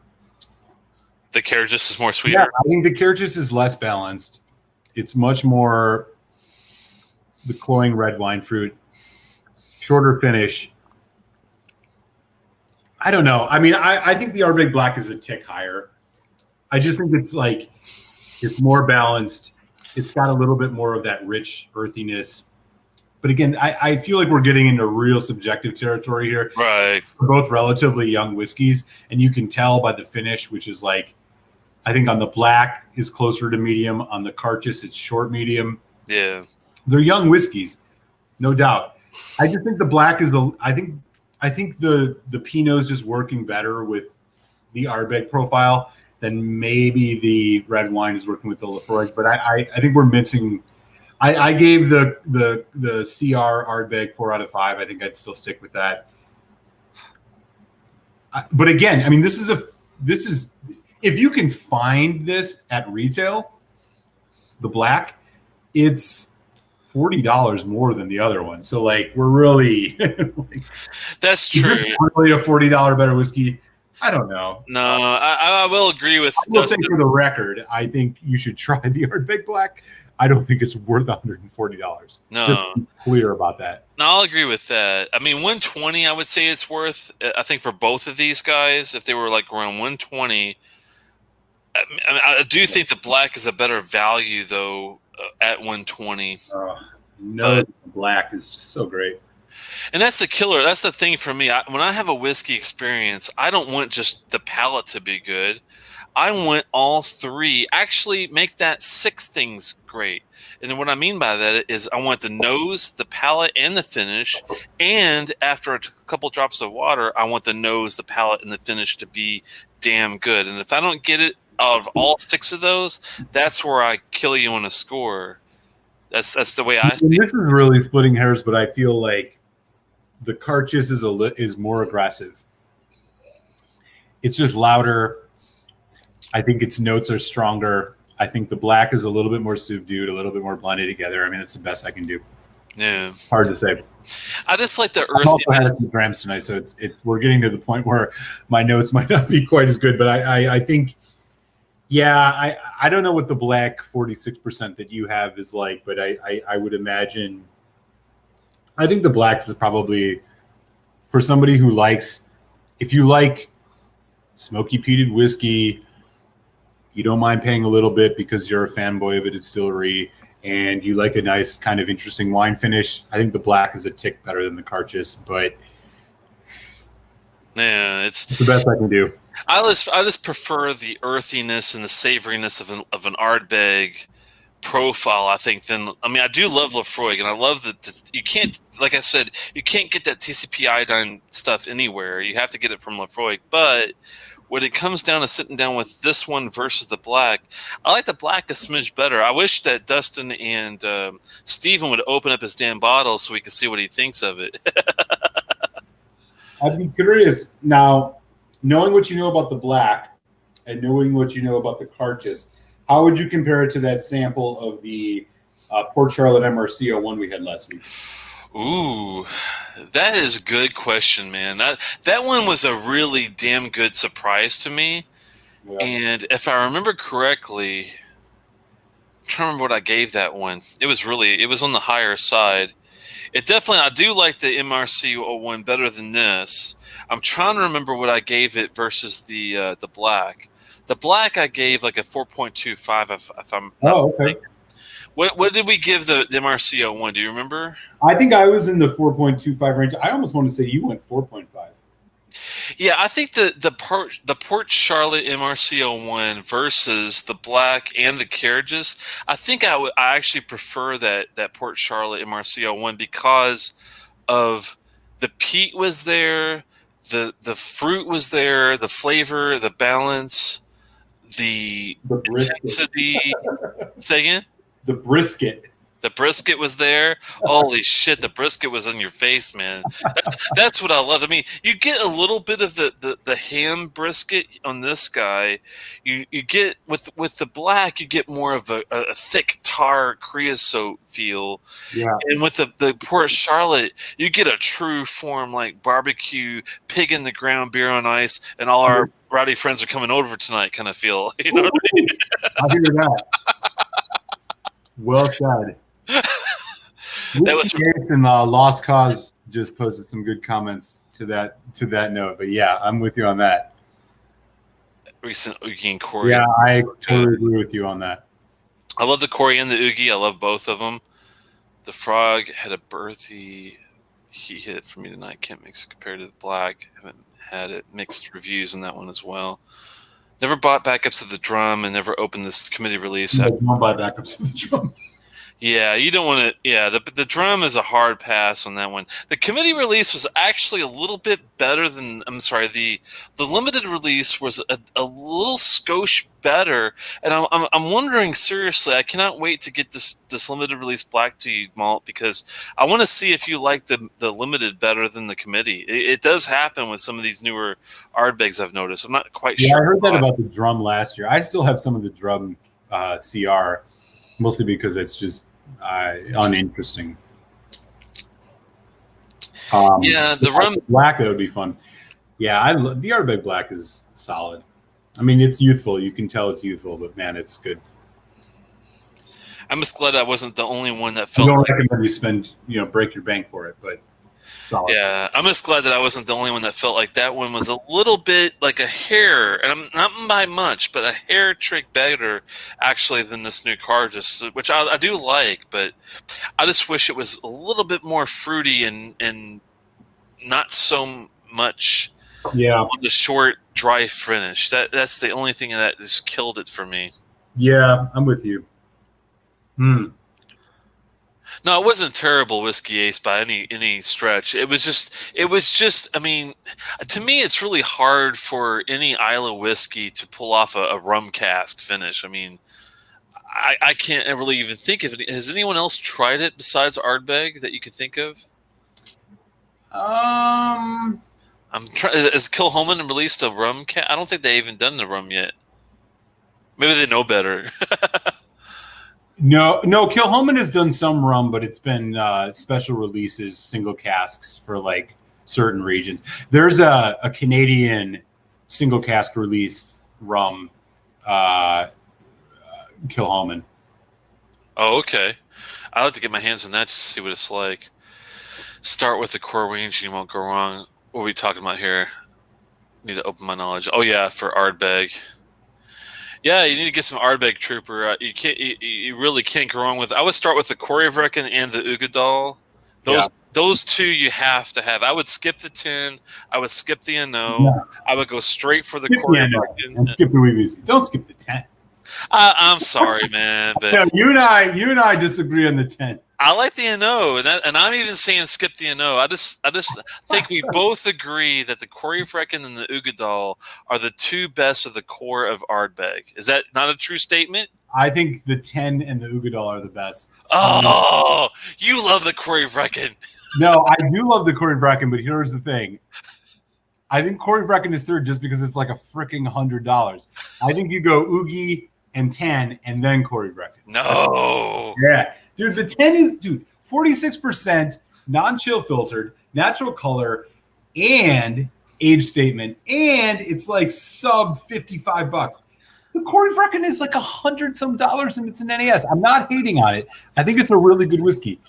But like, if you're going to choose between the two, Oogie, Spice 10, and then followed by the Corryvreckan. Spice bomb, baby. You got to have the spice. And to get the spice, you got to get the $100 Corryvreckan bottle. I'm telling you. I should be a damn Ardbeg ambassador. I swear to God. I'll never be one, but I still I have a Glen Scotia that's peated in rum that casts. Yeah, nice, Stephen. He's got 3 bottles of that. Steven, send me an email and let me know exactly the year and the bottle so I can try to find one of these so I can share it with Mr. Malt. Maybe we can do a little side-by-side tasting because usually Glen Scotias, thankfully, are pretty well priced. They're not, they don't break the bank when it comes to that. So that's a good thing. Nah, man. Yeah, you got to get. I'm Oogie. I'm on Team Oogie. Yeah, no DH. Do not skip the 10. Skip the 10. Yeah, I mean, it's good. I'm not knocking it for not being good. It's very well priced. It's very well priced. I'm not saying, but the Corryvreckan, yeah, I mean, you can get. I mean, here it's 110, but you can get it as low as 80 or 90. 110? Yeah. Damn. But is it worth 110? Yeah. Fuck yeah. I'm sorry, man. Hour number 2, y'all. Y'all just gonna have to roll with us on this. I'm sorry, but the Corryvreckan and the Ugadal are, as far as any core line of any whiskey, other than the lore, I can't think of any whiskey that can really touch those two guys. I'll take the lore over the Oogie. What? Yeah. Dude, no. Let me rephrase. I've got a fan. I would take the lore over the Corey, not over the Oogie. Okay, I was gonna say you better watch your mouth there, buddy. I messed up. I got a little loose with it there. He got a little loosey goosey. I think the Oogie is the best thing that Ardbeg makes. Period. That's the only reason I knock Ardbeg 10 because I'm not a lemon lime fan, and that's the one of the biggest notes I get off that whiskey, and that's the only reason I prefer the NO. But unless you like a sweet ashtray, you're not going to like the NO, and I'm talking like minty sweet ashtray is what that one is. Corey bumps, yeah. Dude, it's gonna be. We're about to have a war in the chat here, man. Who's on Team Oogie? Who's on Team Corey? 110 by the Trooper. Yeah, that's the same. It's about the same. Dude, there's no way I would spend that much money on that. Corey's number 1 for Silver Log. I would spend. You can get Laphroaig lore cheaper than you can get Corryvreckan. I'm just gonna leave that there for a little bit. Come on, man. You're throwing me under the bus here, bro. What's up? Silverlock knows where it's at, and Silverlock, I love the Supernova avatar, man. That's badass. I love that right there. Whiskey agrees with the silver. All right, I like it. Number here. Yeah, Corey for 80-ish is a great deal, man. I'll include it with your sample. Oh, man, you don't have to do all that, man. I appreciate it, but you and Kenny have been way too. I mean, one of his buddies, Kenny, has sent me some really good samples. I need to get with him and do like What are you talking about? a little sideshow.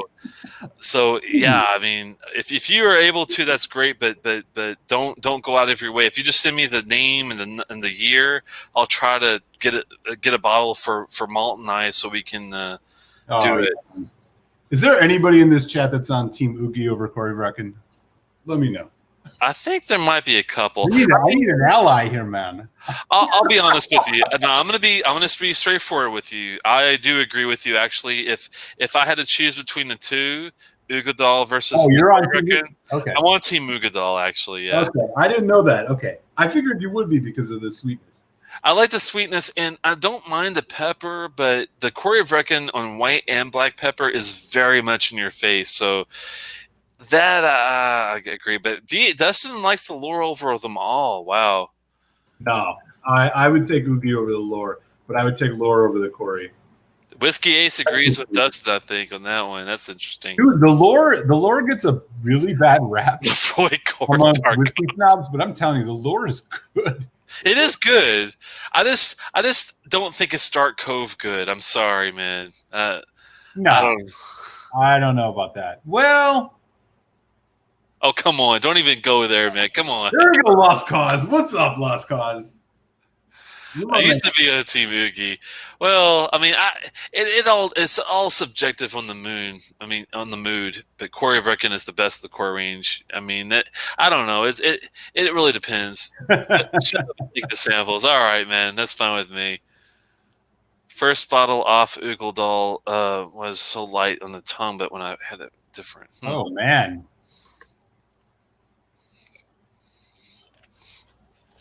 Yeah, I agree. I think maybe we need to figure this out. So I recently got a new bottle of Corey Vrecken. I've had 2 bottles in my life. The first bottle I had about 4 years ago. The second bottle was a year and a half ago. I still think it's a 4 out of 5 whiskey for me. I love Corey Vrecken. It is one of the most intense whiskeys I've ever had. But Ugadal is special, man.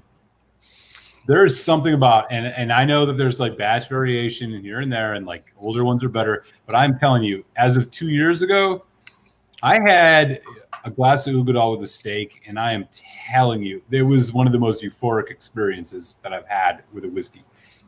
There is something about Ardbeg's profile with that drop or two of sherry that just, it's magic, man. It's just magic.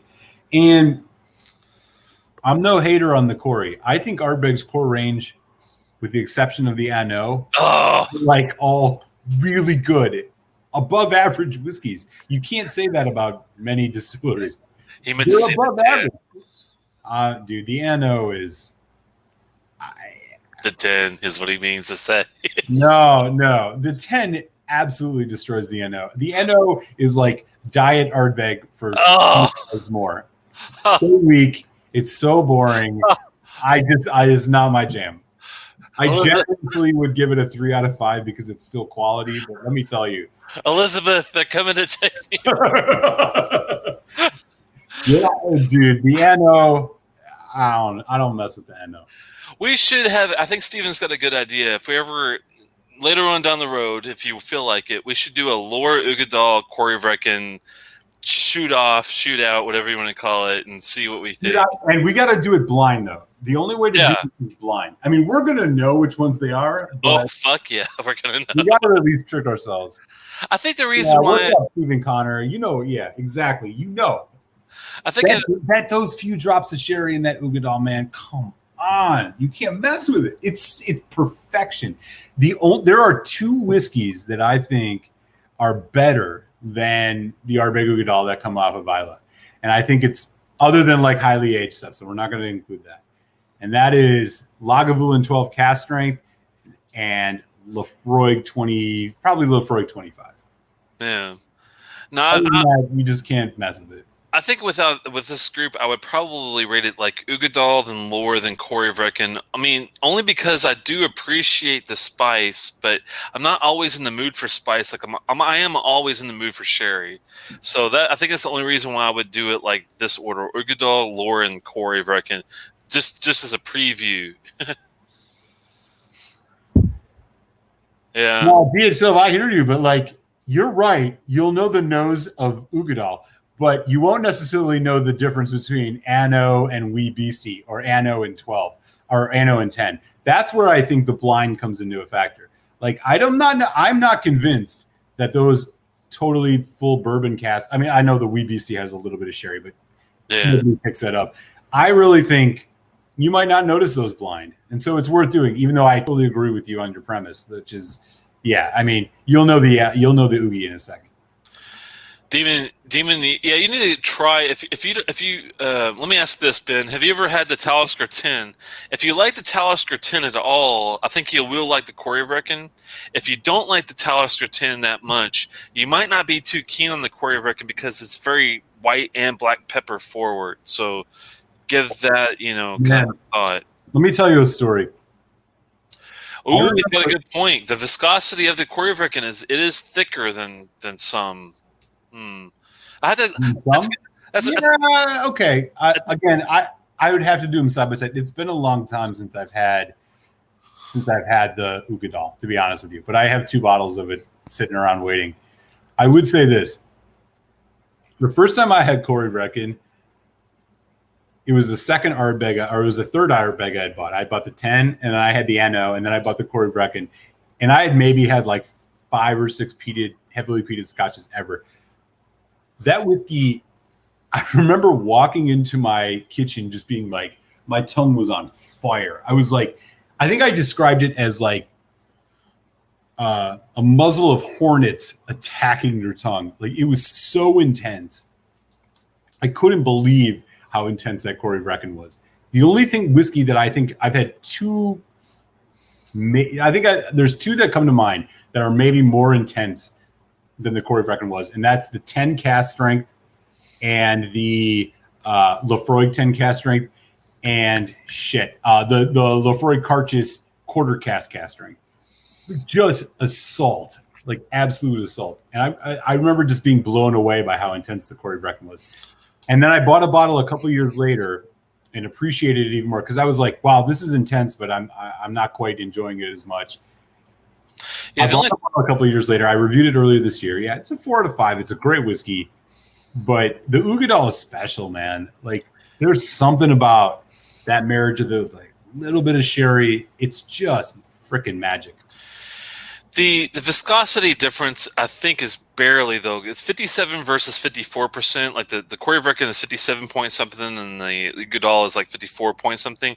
That's the only really big difference, but I mean, it's not a huge difference. But yeah, I mean, I see where you're coming from on the strength edging out the Corey Vrecken above the Ugadal, but I think it depends on the mood. Like Malt said, if I have a steak or a cigar and I'm going to share it with a whiskey, the Ugadal, man, it seems like it's just such a really good pairing.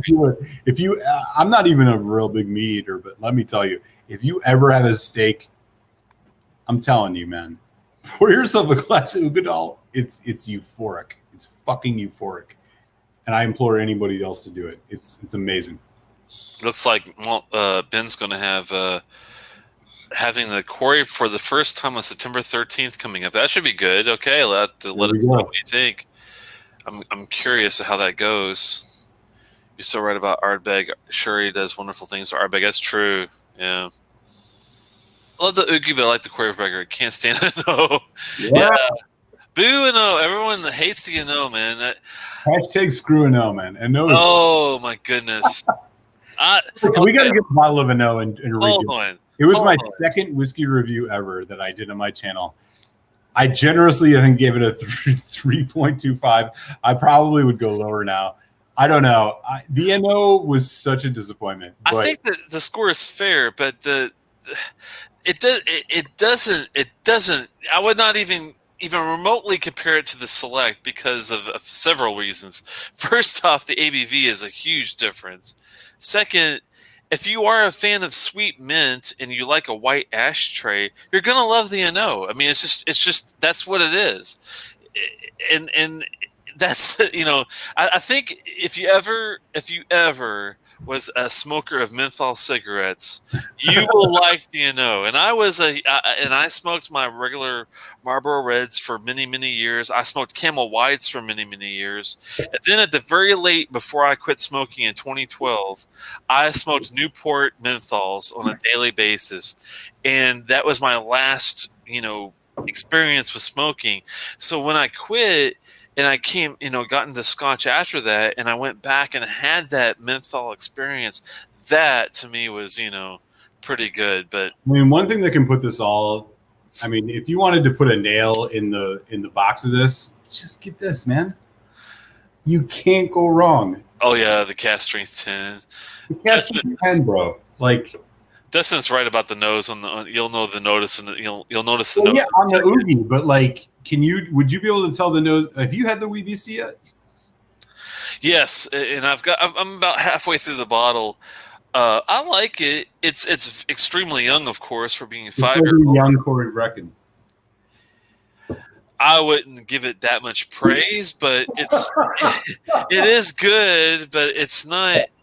It's more, to me, the Wee Beastie has got a lot of black licorice in it, and the anise is a little too much. I like the sherry notes I get out of it, and I do detect the sherry, but the anise black licorice shit is just so high on that one. Going to Johnny Walker Black was my first peat in the 70s. Yeah, okay. Yeah, Johnny Walker Black. I'm telling y'all, you just need this. This is all you need. No. This is the best Laphroaig you'll ever get. It's good, but I don't know about the best. Oh, yeah. Laphroaig 10 Cask Strength. When's the last time you had a Laphroaig 10 Cask Strength?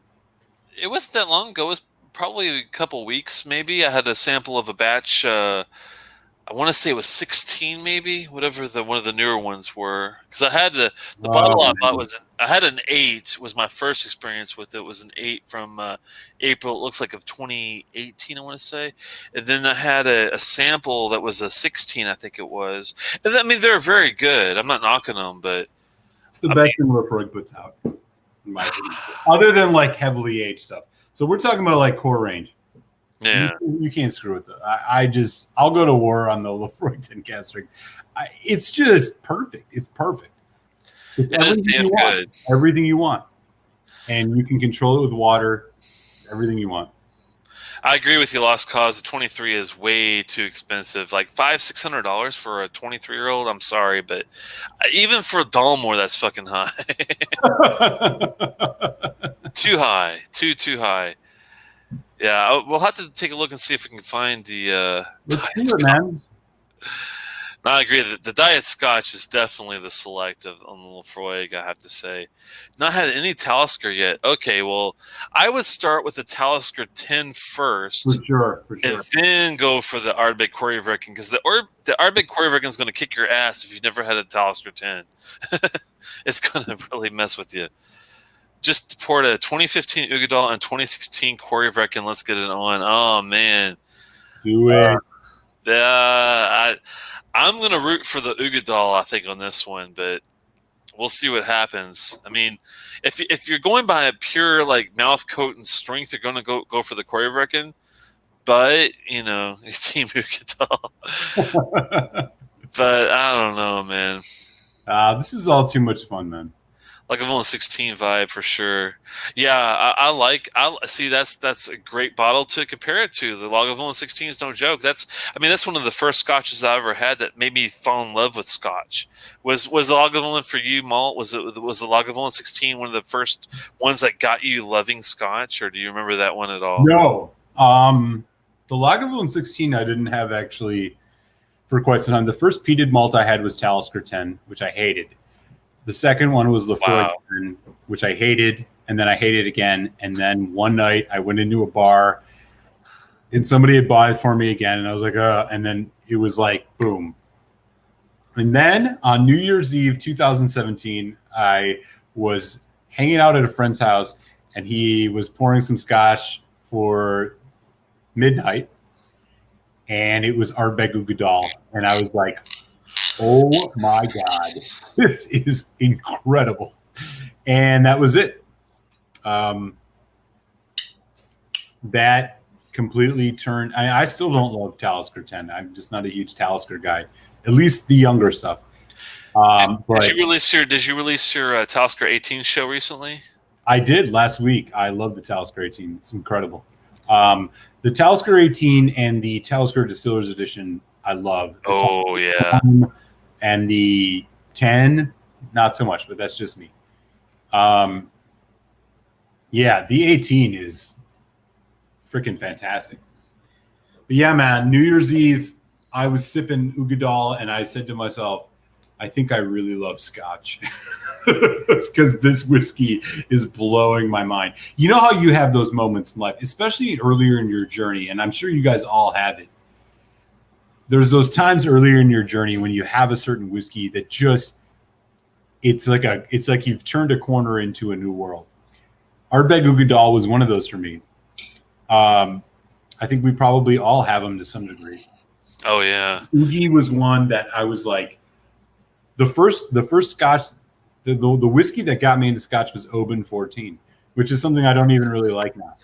But let me tell you, sometimes you just have those moments. It's more than just the flavor and the taste and like you sitting there drinking it. It's about who you're around, what's going on in your life, the experience that you're having at the moment.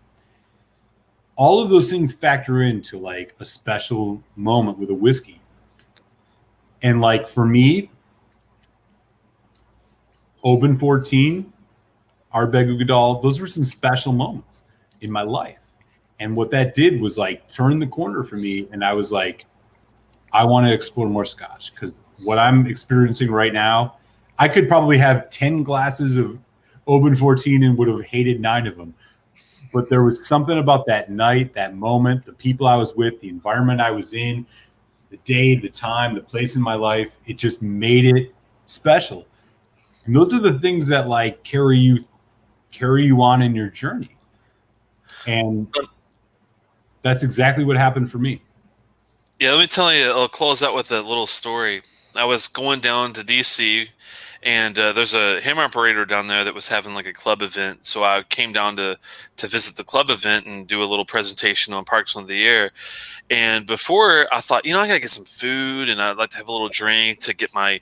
I'm an introvert. I'm an INTJ. For the people that know Myers-Briggs, I'm INTJ all the way.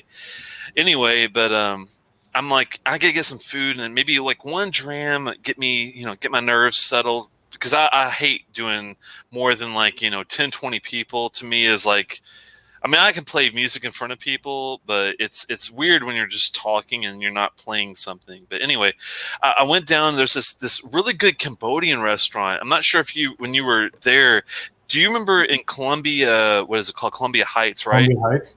Do you remember Tip Cow? It's TH. Yeah, exactly what you're talking about. KHAL. Yeah, I went there, dude, and I never had Cambodian food before. Kampuchea is another name for the country, and I'm thinking, well, I do love Thai food. Thai is one of my favorite foods of all time. Yeah.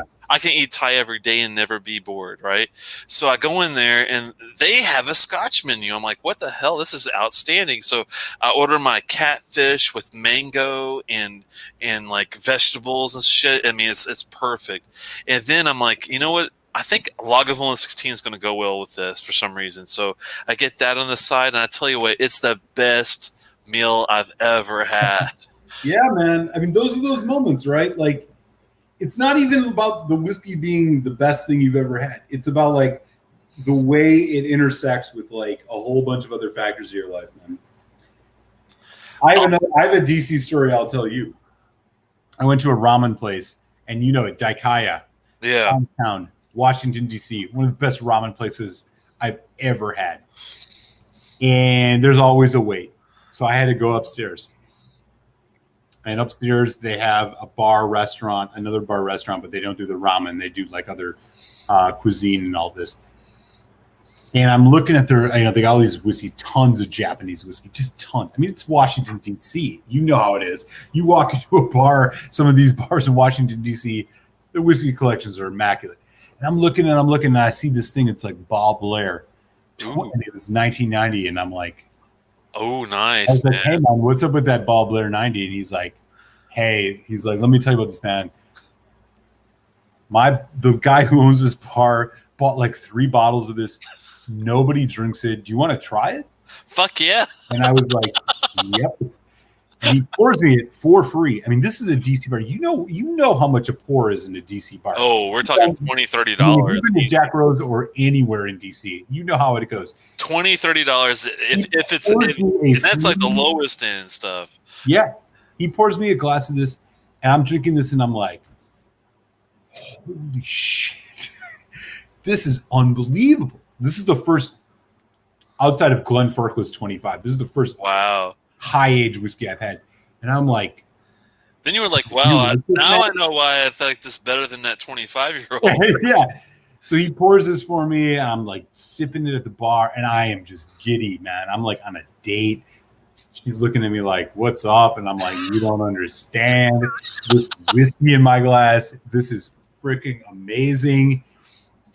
And I'm talking to the bartender. I'm like, he's like, nobody orders this. Nobody knows what it is. I've had it. I know what's up. I'm glad you're enjoying it. And it was just one of those moments.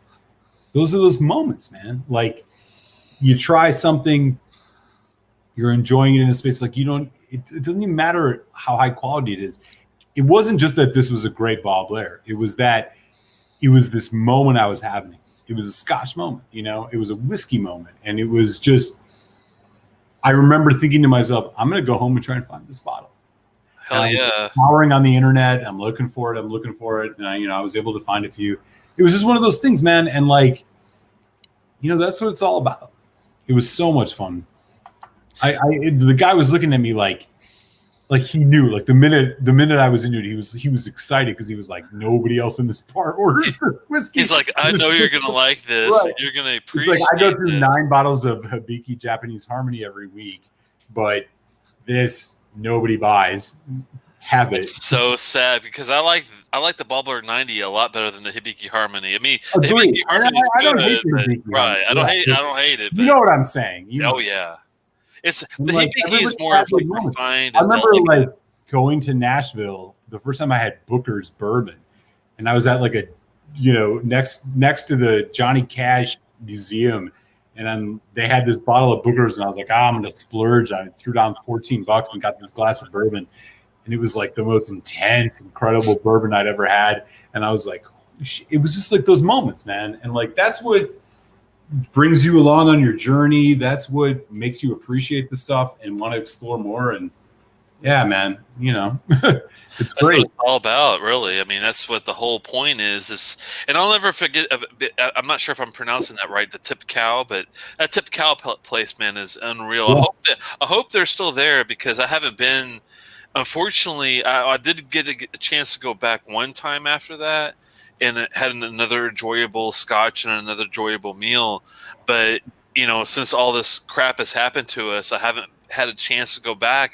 I miss my old Thai place. I miss my Cambodian place. I miss all the great food that I used to get out of DC just during lunch. You know what I mean? Just taking a couple stops off the metro and having fun. So I hope we get back to those days, man, so badly. I miss it so much. I mean, DC, like, for all its warts, I mean, it's expensive, all that, but my God, man, there are a few better food cities in the United States than Washington, DC. I wouldn't want to be anywhere else, really. After everywhere I've been to San Francisco, I've been to Seattle, I've been to Des Moines, I've been to Topeka, I've been to Chicago, Philadelphia, up to Maine, down to Florida, Tampa, all the way across to everywhere, and there's no place like it, man. Yeah, I agree. And if you ever, once this all clears out, man, if you ever want to come up and visit Philly, man, we'll make it happen. Oh, definitely. As soon as this virus shit's over with, I'm gonna travel the fucking. At least I might not go to the world, but I'm gonna definitely travel over the United States at least. Might as well, right? No passport needed. That's the best thing about it. Totally, man. Exactly.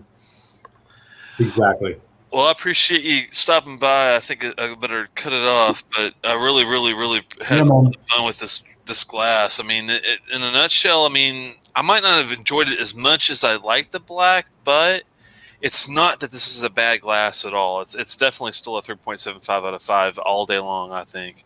I'm with you on that. I hope everybody enjoyed the show. If you haven't, hit sub on Telex, the Whiskey Tech. Feel free to throw me a sub as well. Hit thumbs up on the live stream, and we'll have. Please subscribe if you haven't already. That'd be really nice of you. Yeah, we'll have 2 new tastings next week. We'll keep it going. We are keeping the Tuesday night whiskey chat going, man. We appreciate you all so very much. Everybody stay safe and be well. And with that, Telex, I'll sign off, and we'll see you next week. Sláinte mhath, everybody. I really appreciate it, and we'll see you soon. Cheers.